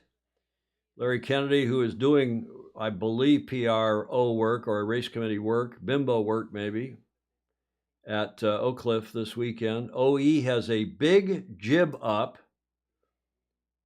Ship 7 is saying, yeah, look at that. I don't think that's a number 1. I think it's a 2 or a 1.5. Ineos has got a big jib up. In fact, an even bigger jib than the French do. That is a live shot. There's 6.8 knots of wind. There is the wind pattern. That's a live shot. It's a direct into this broadcast software right off the TV. I don't want to get a copyright strike, so before people start sending me nasty comments about why you're in the way of the screen, this is a watch party. Bring your own video. If you're in the States, ESPN Plus is the provider. We're the only America's Cup country where it's not free to air. Richard Gladwell down in New Zealand is taking it off YouTube, running it on their sail-world.com website, no problem.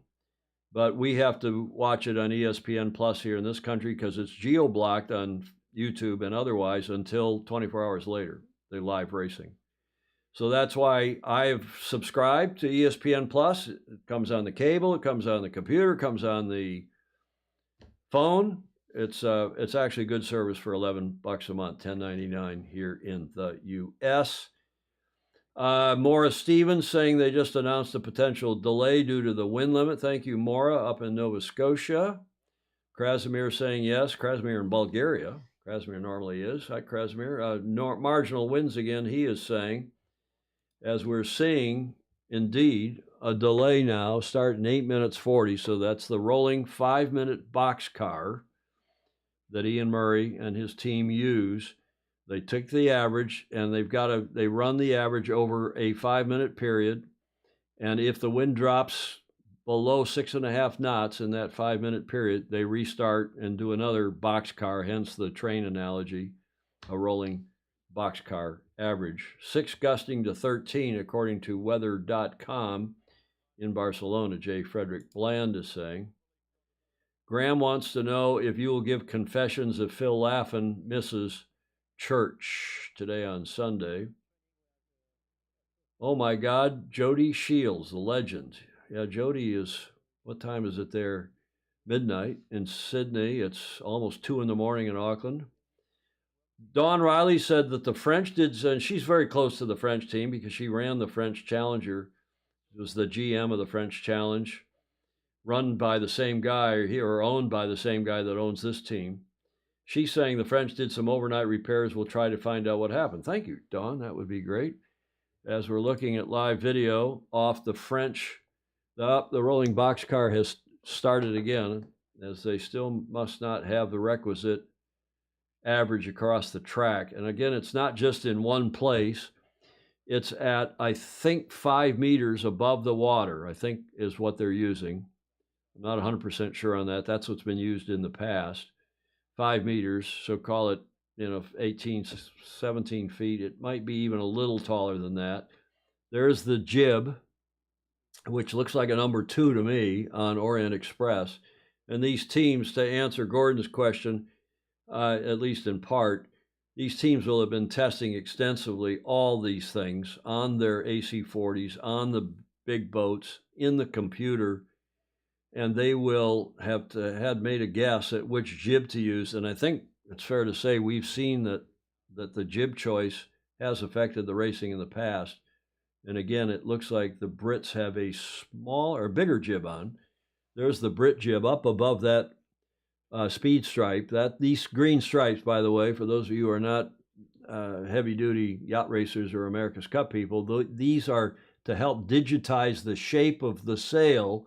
They have cameras looking up, cameras looking down in some cases, and they are looking at the shape of the sail and using those green stripes to help visualize the shape of those sails. And it looks like the Brits have a bigger jib on than do the French. Maybe the French are expecting more breeze. Maybe not. As we go look here, again, at the racing, we are expecting the first match, the French and the Brits. I choose the Brits. The second race is the Italians against the Swiss. Most of us would choose the Italians in that match. And the third match, which will be interesting, but only for bragging rights, is the Kiwis against the Americans. And beyond bragging rights, maybe what one team or the other learns vis-a-vis the other in today's conditions. French sailing around with their jib below their top speed stripe. And I'd call that a 3. Again, the teams use different numbers, codes for their jibs, and they might call it something else, but it looks like a smaller jib regardless on the French. Morris Stevens is saying the French mentioned that all that gluing we saw and some work maybe with carbon was they were replacing some of their deck due to possible delamination. And the French had a big nosedive. Hello, Justin Rosenberg. A big nosedive earlier today and needed emergency repairs over the last 90 minutes. Wow, there's a good piece of intel. Thank you, Justin. The French had a big nosedive and had to do emergency repairs to their deck over the last 90 minutes. Okay, 6 minutes now, they're saying. Let's hope the wind stays up. And again, he's got to look at across the track. And this is, again, what is it, a southerly breeze? Who knows the wind direction just now? Look at the French. Let's go listen to some audio. Now, you check what Mother Nature is going to throw at us. Well, there may not have been any racing just yet, but it's been an action-packed afternoon here in Barcelona. Northerly ways, breeze. Including the weather, the torrential rain. Northerly 8 to 12 knots. So there you saw the coast up above. This is to the north or northeast anyway. Upwind gate, the starting area. It looks like more breeze if you believe this Cap Gemini overlay of the wind, computer generated wind. They're saying live wind 6 knots, so it says that this stat says too soft, but they'll beat up wind along the coast. That's the Olympic Harbor. Looks like they're a little south of that's Port Vell, which is the America's Cup Harbor.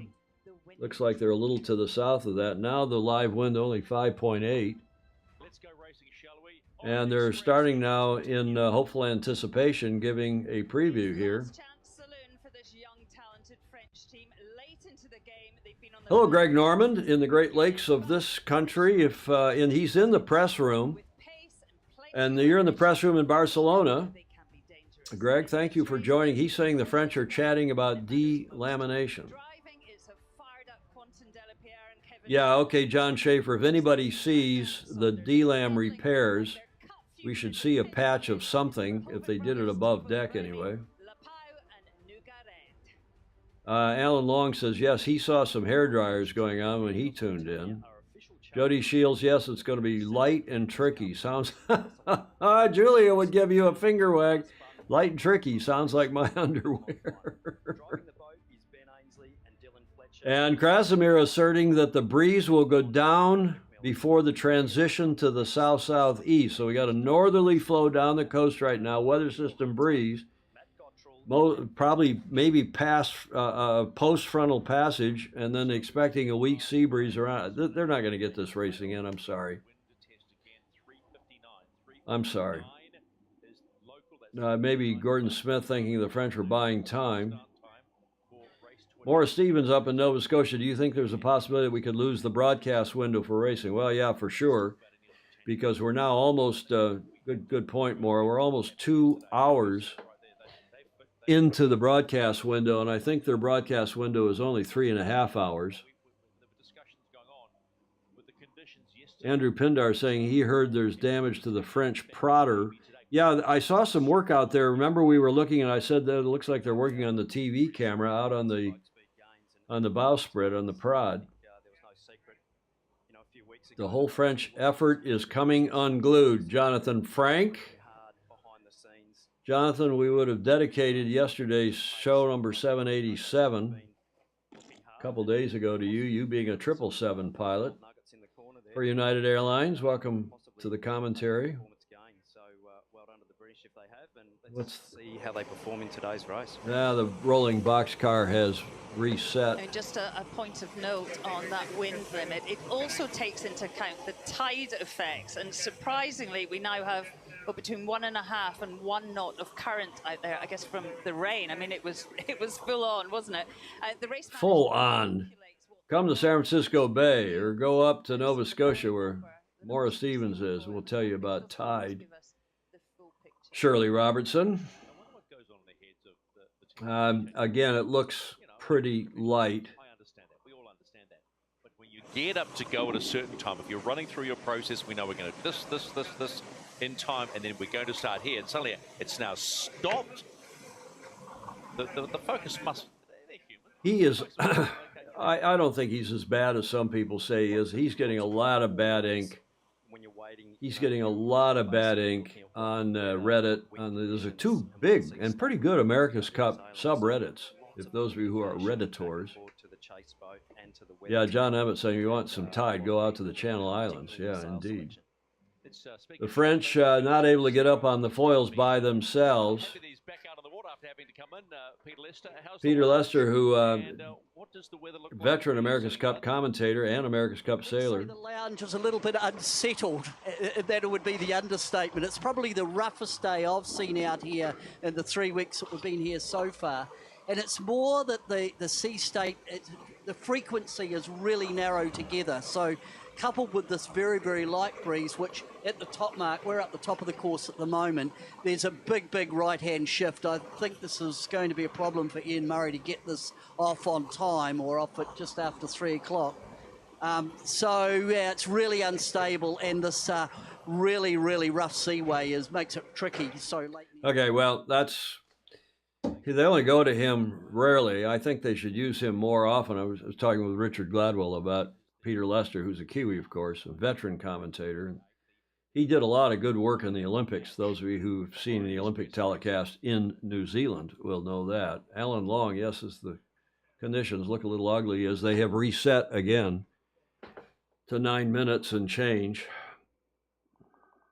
Yeah, well, I was wishing for light and choppy. See if American Magic performs well in that condition. I think Dawn Riley wants to zoom in. Good, Dawn.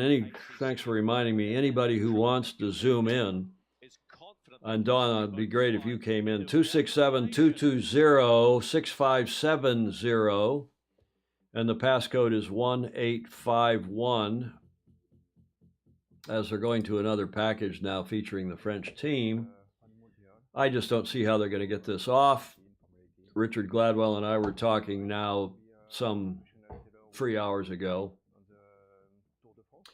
that, with a very nice forecast tomorrow, medium air, sunny, yada, yada, why they didn't just keep the whole shooting match on shore and postpone till tomorrow. But again, the expense involved in getting everybody up and running, the TV, the volunteers on shore, the teams, towed out to the racetrack, which they've already done this morning. They towed out to the track, and then the thunderstorms started coming through about 45 minutes before the race time, 1400 scheduled race time, brought everybody back in.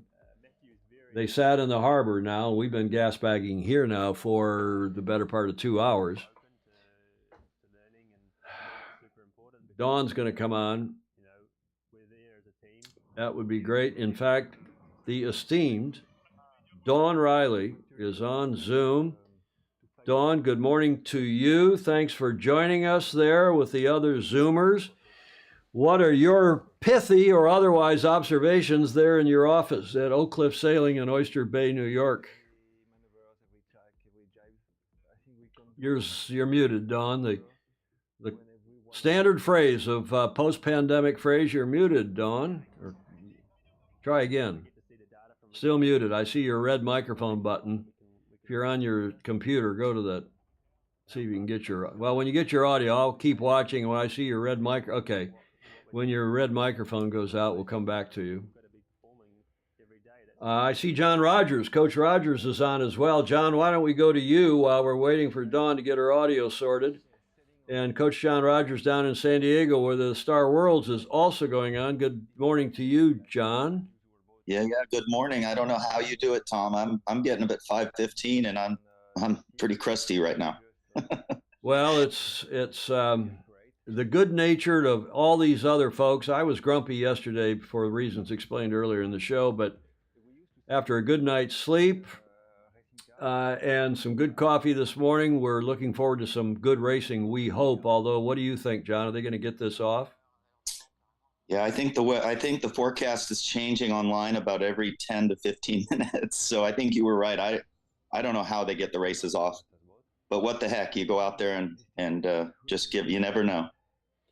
John, you're the head coach. You're running and one of the principals running the youth sailing program at San Diego Yacht Club. What's in the water there in San Diego that produces so many great sailors, including yourself and of course Dennis and Malin and the late great Lowell North and on and on and on?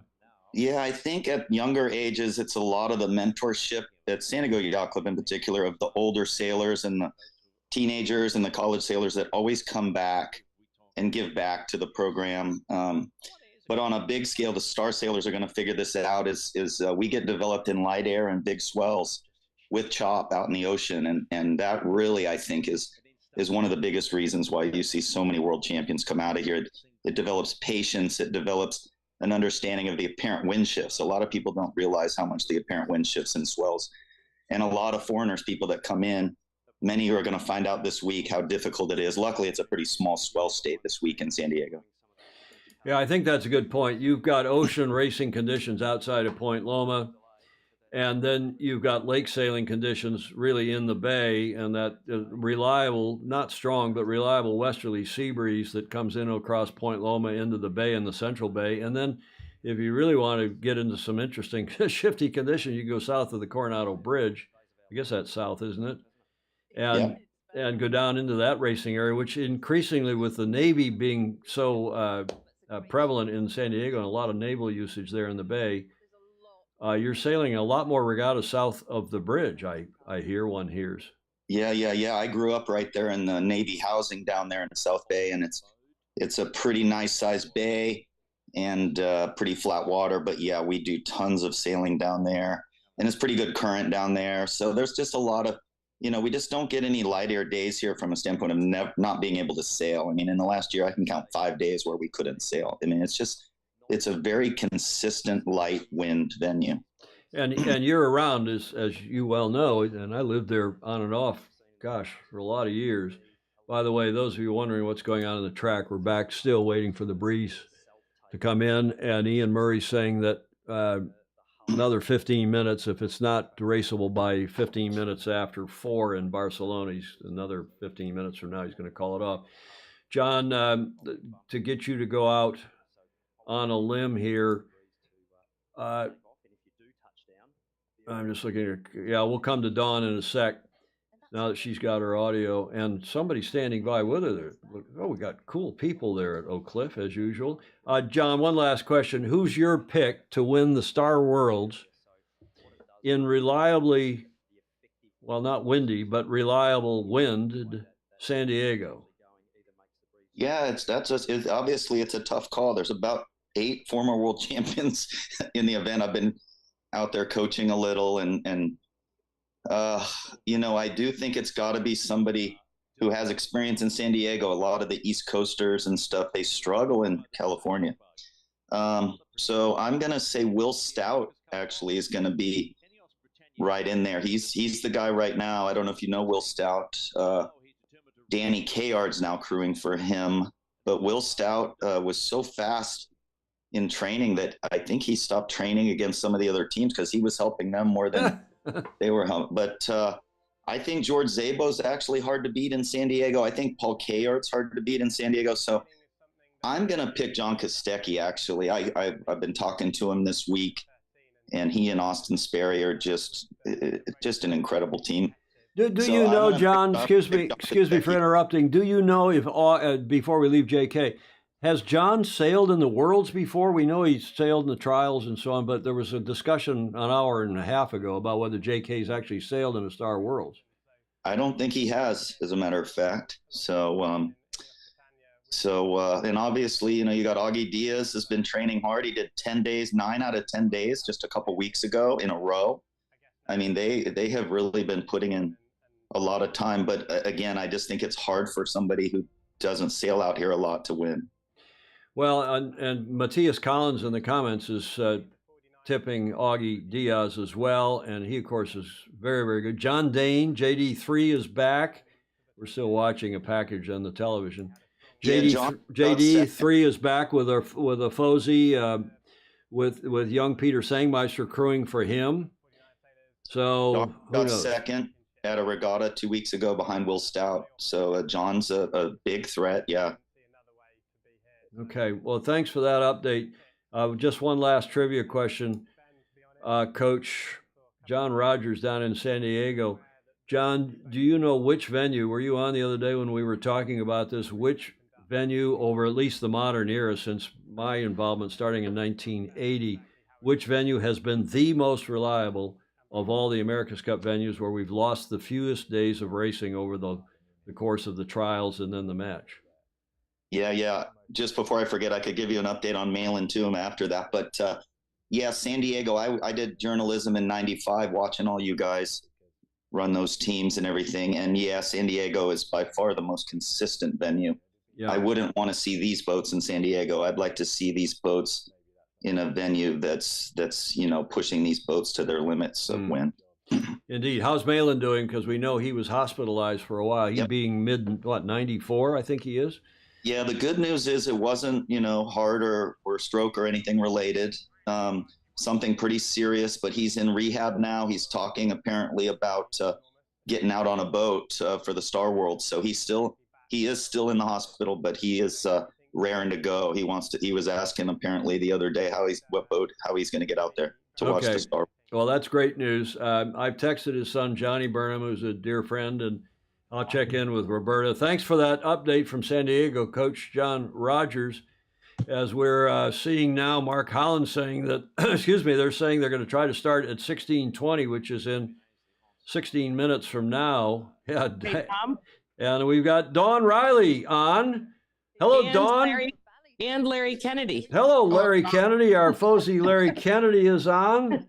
And we'll go to Dawn Riley in Oyster Bay, New York. Yep, we're going to have racing in about an hour. We've got 7 knots out of the south right now. But, and my computer had just freaked out. I just had to restart, and then I can join you on with audio. But the French, I know all those guys because I was the general manager of that team. So Bruno Dubois and Benjamin Murel. And it reminded me, I had a flashback back to the IACC days.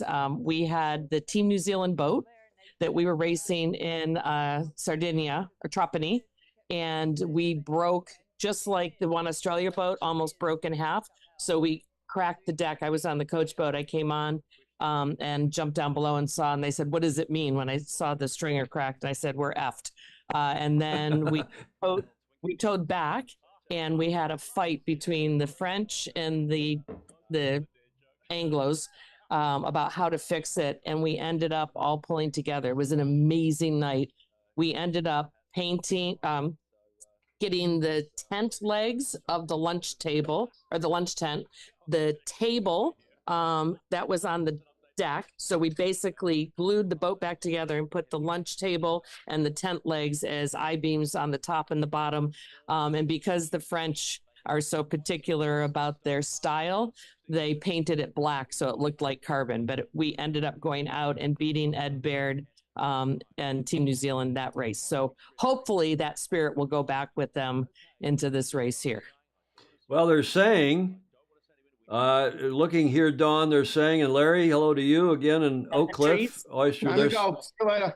They're saying a start in 14 minutes. So they're trying to get this off by 15 minutes after the hour, as Ian said, but the wind trend in the last 5 minutes is down just either side of 5 knots. Dawn, Larry, before we lose you, got to get you to reboot your computer there. But before, just the audio seems to be working fine. Tell us, who's your favorite going forward of these 4 challenges? Do you think anyone can beat the Italians? They have to.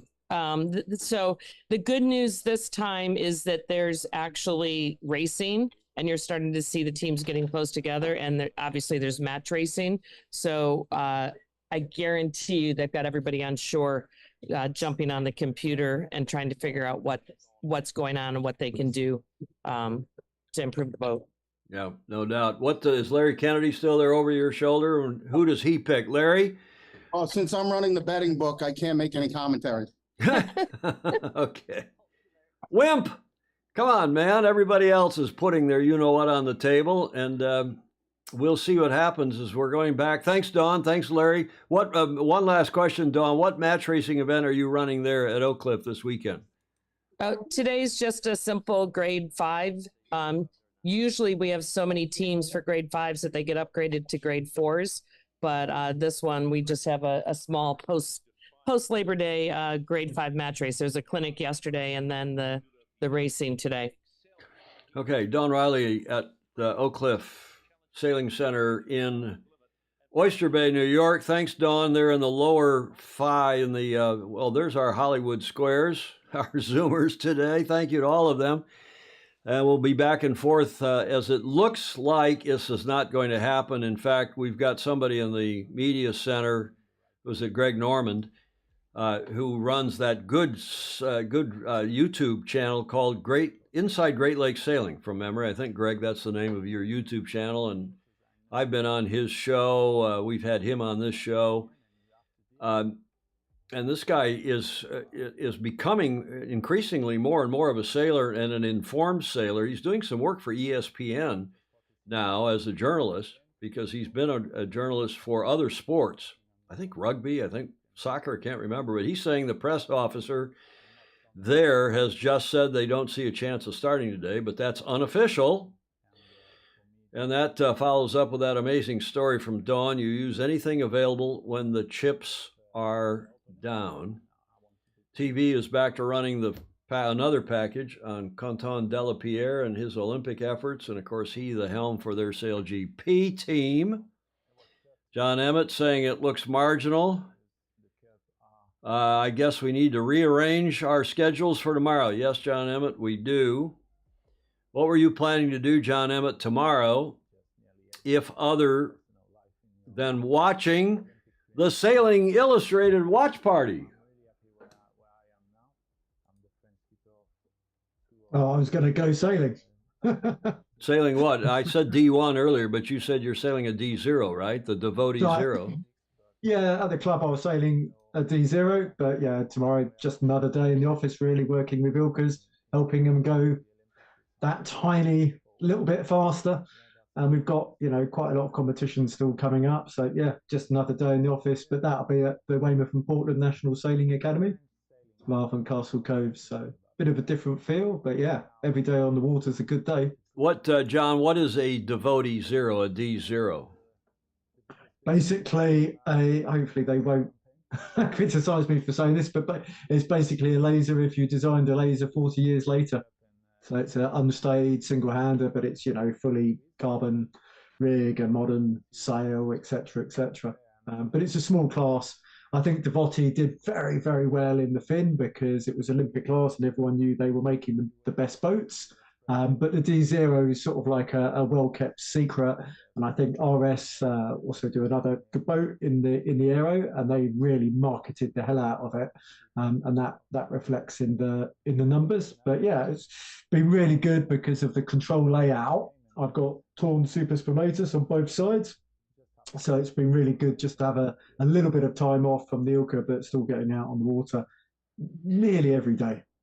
Good. Well, you several-time Masters world champion in the Ilka 6 and a superb Olympic coach, having coached your now wife, she was then your mentee, I guess, into a gold medal in the 2012 Olympics in the Ilka 6 in Weymouth, and a regular contributor to our Sailing Illustrated show, The Coaching Corner with John Emmett, the CCC. Julia likes that alliteration. Don't forget Tuna. I mean, Tuna finished 5th at the games, but it was a very difficult game. I mean, very difficult for everyone, and she was right in the middle hump. So literally in the medal race, she rounded the windward mark in a winning silver medal position. So I mean, it was an absolute pleasure working with a Finnish sailing team. And to be honest, I would quite like to work for them now. I applied for that head coach job or performance director job. These things never quite translate. But I had a very nice, almost apologetic phone call that they really needed somebody who was, well, Finnish. Hey, John, can you see this graphic up on the screen? Yeah. You can make the call. You can make the call for us. So we all go home now. It looks like everybody's very happy. Yeah, they just put up on the screen here, there was a little blurb at the top saying racing canceled for the day. And that's come across AP over A. Those of you who are like Larry Kennedy or race committee, senior series race committee people, you don't have to be senior series. Most sailors will know that AP over A means racing is postponed. All races not completed are postponed from the day. Go home. As we watch the French here waiting for their tow, no wind, a lot of bump.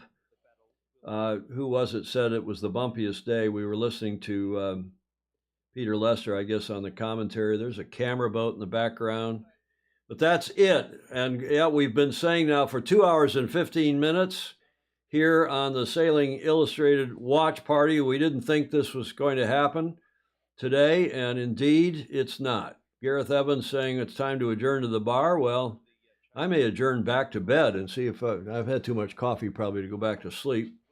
But a good nap later on would be good. Ted Ryman, so annoying. I have a lot to do tomorrow, and others are saying, yeah, okay. We are going to be having to work from home tomorrow. I just have to work from home tomorrow, John Emmett, so that I can work from home and watch the racing wherever in the world they are, wherever the world all of you are, including our Fozy around the, one last time around the horn here. Let's start with Graham Sweeney up in Scotland. Graham, will you be on tomorrow? Hi, Tom. Yes, I definitely will. I'm happily retired, so I can give you all the time I have. Good. Well, the keen yacht racer and journalist that you are, been covering yacht racing, but the Cup for what, 2 decades or longer? Oh, I'm not going to say that. That'll make me sound old. Okay. Thanks, Graham, for your steadfast support of these watch parties. You've been the Zoomer, the top Zoomer. I think you're the one that's been on probably the most. Gordon Smith's probably right up there. Gordon, is your British team in tomorrow's conditions going to beat the French? I think the conditions are at the low end. I think it'll be an interesting race. It'll be very good to find out what Ineos have learnt about those weather conditions, and it'll be interesting to see whether the French have managed to tune themselves up. So it should be good. But I'm looking forward to my days working for home and my physio time on the bicycle. So it should be good. Ed Worley, your American team tomorrow They're now doing another. I wonder how long this is going to go on. They're doing a replay of yesterday's Swiss Brit race. I guess that was yesterday. Ed Worley, you're a big supporter of American Magic, living down in SoCal. Who do you think will prevail tomorrow in what looks like a pretty good day, medium-ish air? The Kiwis against the Americans. I think American Magic will be doing well because it's going to be light air and probably bumpy. So we'll find out if Goody comes good in the meantime. I rather doubt that he's going to be on the boat tomorrow, Ed. And do you think that hurts or helps American Magic to have the Argentinian on board as the B helm? That is Lucas Calabrese. I think it could be more complicated for crew coordination.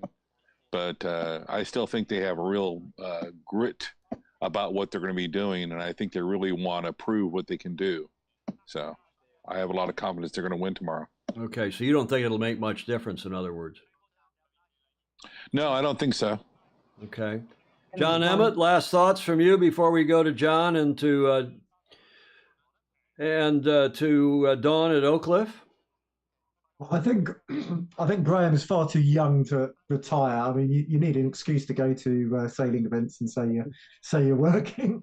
But I've just looked at the weather forecast tomorrow for Portland Harbour, and it's 50 knots from 7 a.m. to 7 p.m. So I can probably do my coaching session any time of day. So I'll see if I can convince the sailors to do that so I can come and watch. But I think I would probably disagree with Ed, and I think if Goody's off the boat, it will make a significant difference. Good. Well, we appreciate your coming on. Likewise, Coach John Rogers. We've got two coaches, superb coaches on here. Coach John Rogers, final thoughts from you.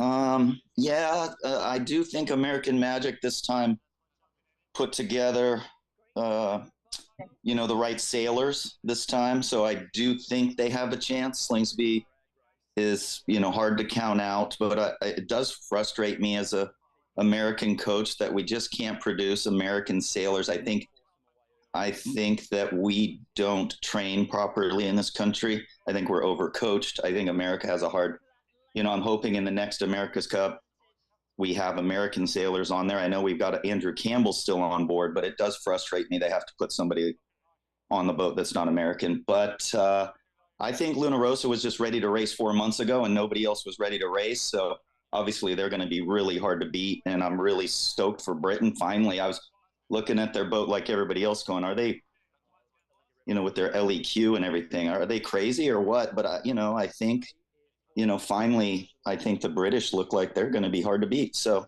I think the semifinal between America and Britain is going to come down to the weather. But I think it's going to be a battle. I think a lot of people don't realize how close this cup is going to be, actually. Okay. John Rogers, thank you very much for that. As we go to somebody who is helping prepare Americans for the big time, for the show, the big show in our sport, Don Riley at Oak Cliff Sailing has graduates of their program, Dawn, don't you, in several of these teams. Dawn, you're a former yachtswoman, Rolex Yachtswoman of the Year here in this country. How many times were you Yachtswoman of the Year? Nope, I was only once. How many watches does somebody need? I've got my Rolex, that's good. But yes, we do have 5 people on the team, and chase boat driver, design, boat captain of the AC40s, plus almost all of the youth, women and children's America's Cup are sailors. So we're doing a lot there. And I'm actually I'm going to put it out here right now. I'm going to be going around on a tour to as many places I can get, starting like with the RYAs and then yacht clubs, hopefully joining together so I don't have to go to 45 different places. But we're going to do a bit of a speech and a seminar to speak specifically about, if you're an athlete, have a breakout session, this is what you need to do. If you are a parent, this is what you need to pay for when. And then if you are a coach, program administrator, the head of the Opti program at your small club, will have another breakout session. So I'm going to be announcing that and booking it because we do need to fix what we're doing. And Oak Cliff is the place for you to come, but we need to fill that pipeline, which U.S. Sailing has successfully destroyed in the past, 8 years. Oh, gosh, you are so right about that. And you and I have had, by now, hours of discussion of what's going on at U.S. Sailing. Thank goodness everybody's who's using our drinking game here. I don't do it, but Sailing Illustrated, some of these fozy love to have a cocktail when we have a mention of the non-sailing CEO, Don. And he's gone. As of August 30th, he's gone, and there's an election for a new president. Who's your favorite presidential candidate at U.S. Sailing? Do you care to say? Yep, Fred Hagedorn. It has to be Fred. He is steady, solid. He knows. You can ask him about a bylaw. He'll go, bylaw 38.2B states. So we need somebody with a steady hand. And then getting the new CEO that needs to be dynamic and a spokesperson out there. So I've been behind the scenes coaching some potential Oak Cliff graduates into that spot. So we'll see what happens. Good. Well, good for you. And go back and look at the comments, as Julie likes to always remind us, because there are lots of comments coming in. Bravo, Dawn from Gordon Smith. John Rogers saying we're lucky to have people like Dawn Riley working in building sailing in our country. Likewise, John Rogers running that fabulous youth sailing program at San Diego Yacht Club. Ding, ding, ding. Cheers. Ed Worley is saying it's only 7:20 for you, Ed, but have another coffee anyway. Gareth Evans, keep up the good work, Don. The grassroots of the sport is what generates tomorrow's professionals. Knucklehead Nation, I don't know who that is. It's a doggy face there on the, at least on my screen here, who's appreciating the coverage. Yes, John Emmett, same time tomorrow. Thank you, Don. Thank you very much for your insight as we watch here a replay of yesterday's Round Robin 2 Match 23. And to all the Zoomers, thank you very much indeed for coming on. That gets us to the end of today's 2-hour and 22-minute watch party. We were hoping to see these races. We didn't. The whole thing is getting postponed to tomorrow. John Emmett asks what time tomorrow. Same time. We'll go live at 0500 Pacific, which is 0800 East Coast, which is 1200 UTC, what we used to call GMT, Greenwich Mean Time, but UTC, which is 1400 local in Barcelona, and they hope to start the first race tomorrow in what appears to be good conditions. It looks like it'll be pretty good tomorrow afternoon in Barcelona, and that should be this match against the Brits against the French. And it should be an interesting day tomorrow and more reliable. Okay, thanks, everybody. James Appel liking Fred as well for president. Fred for president. Worked with him a lot on the Olympic Sailing Committee back when he was chair of that committee. So, Dawn, I think there are a lot of people supporting you in that call. But we're to the finish line, and that's our photo we use on the regular Tuesday and Friday shows. We will be live again Tuesday afternoon.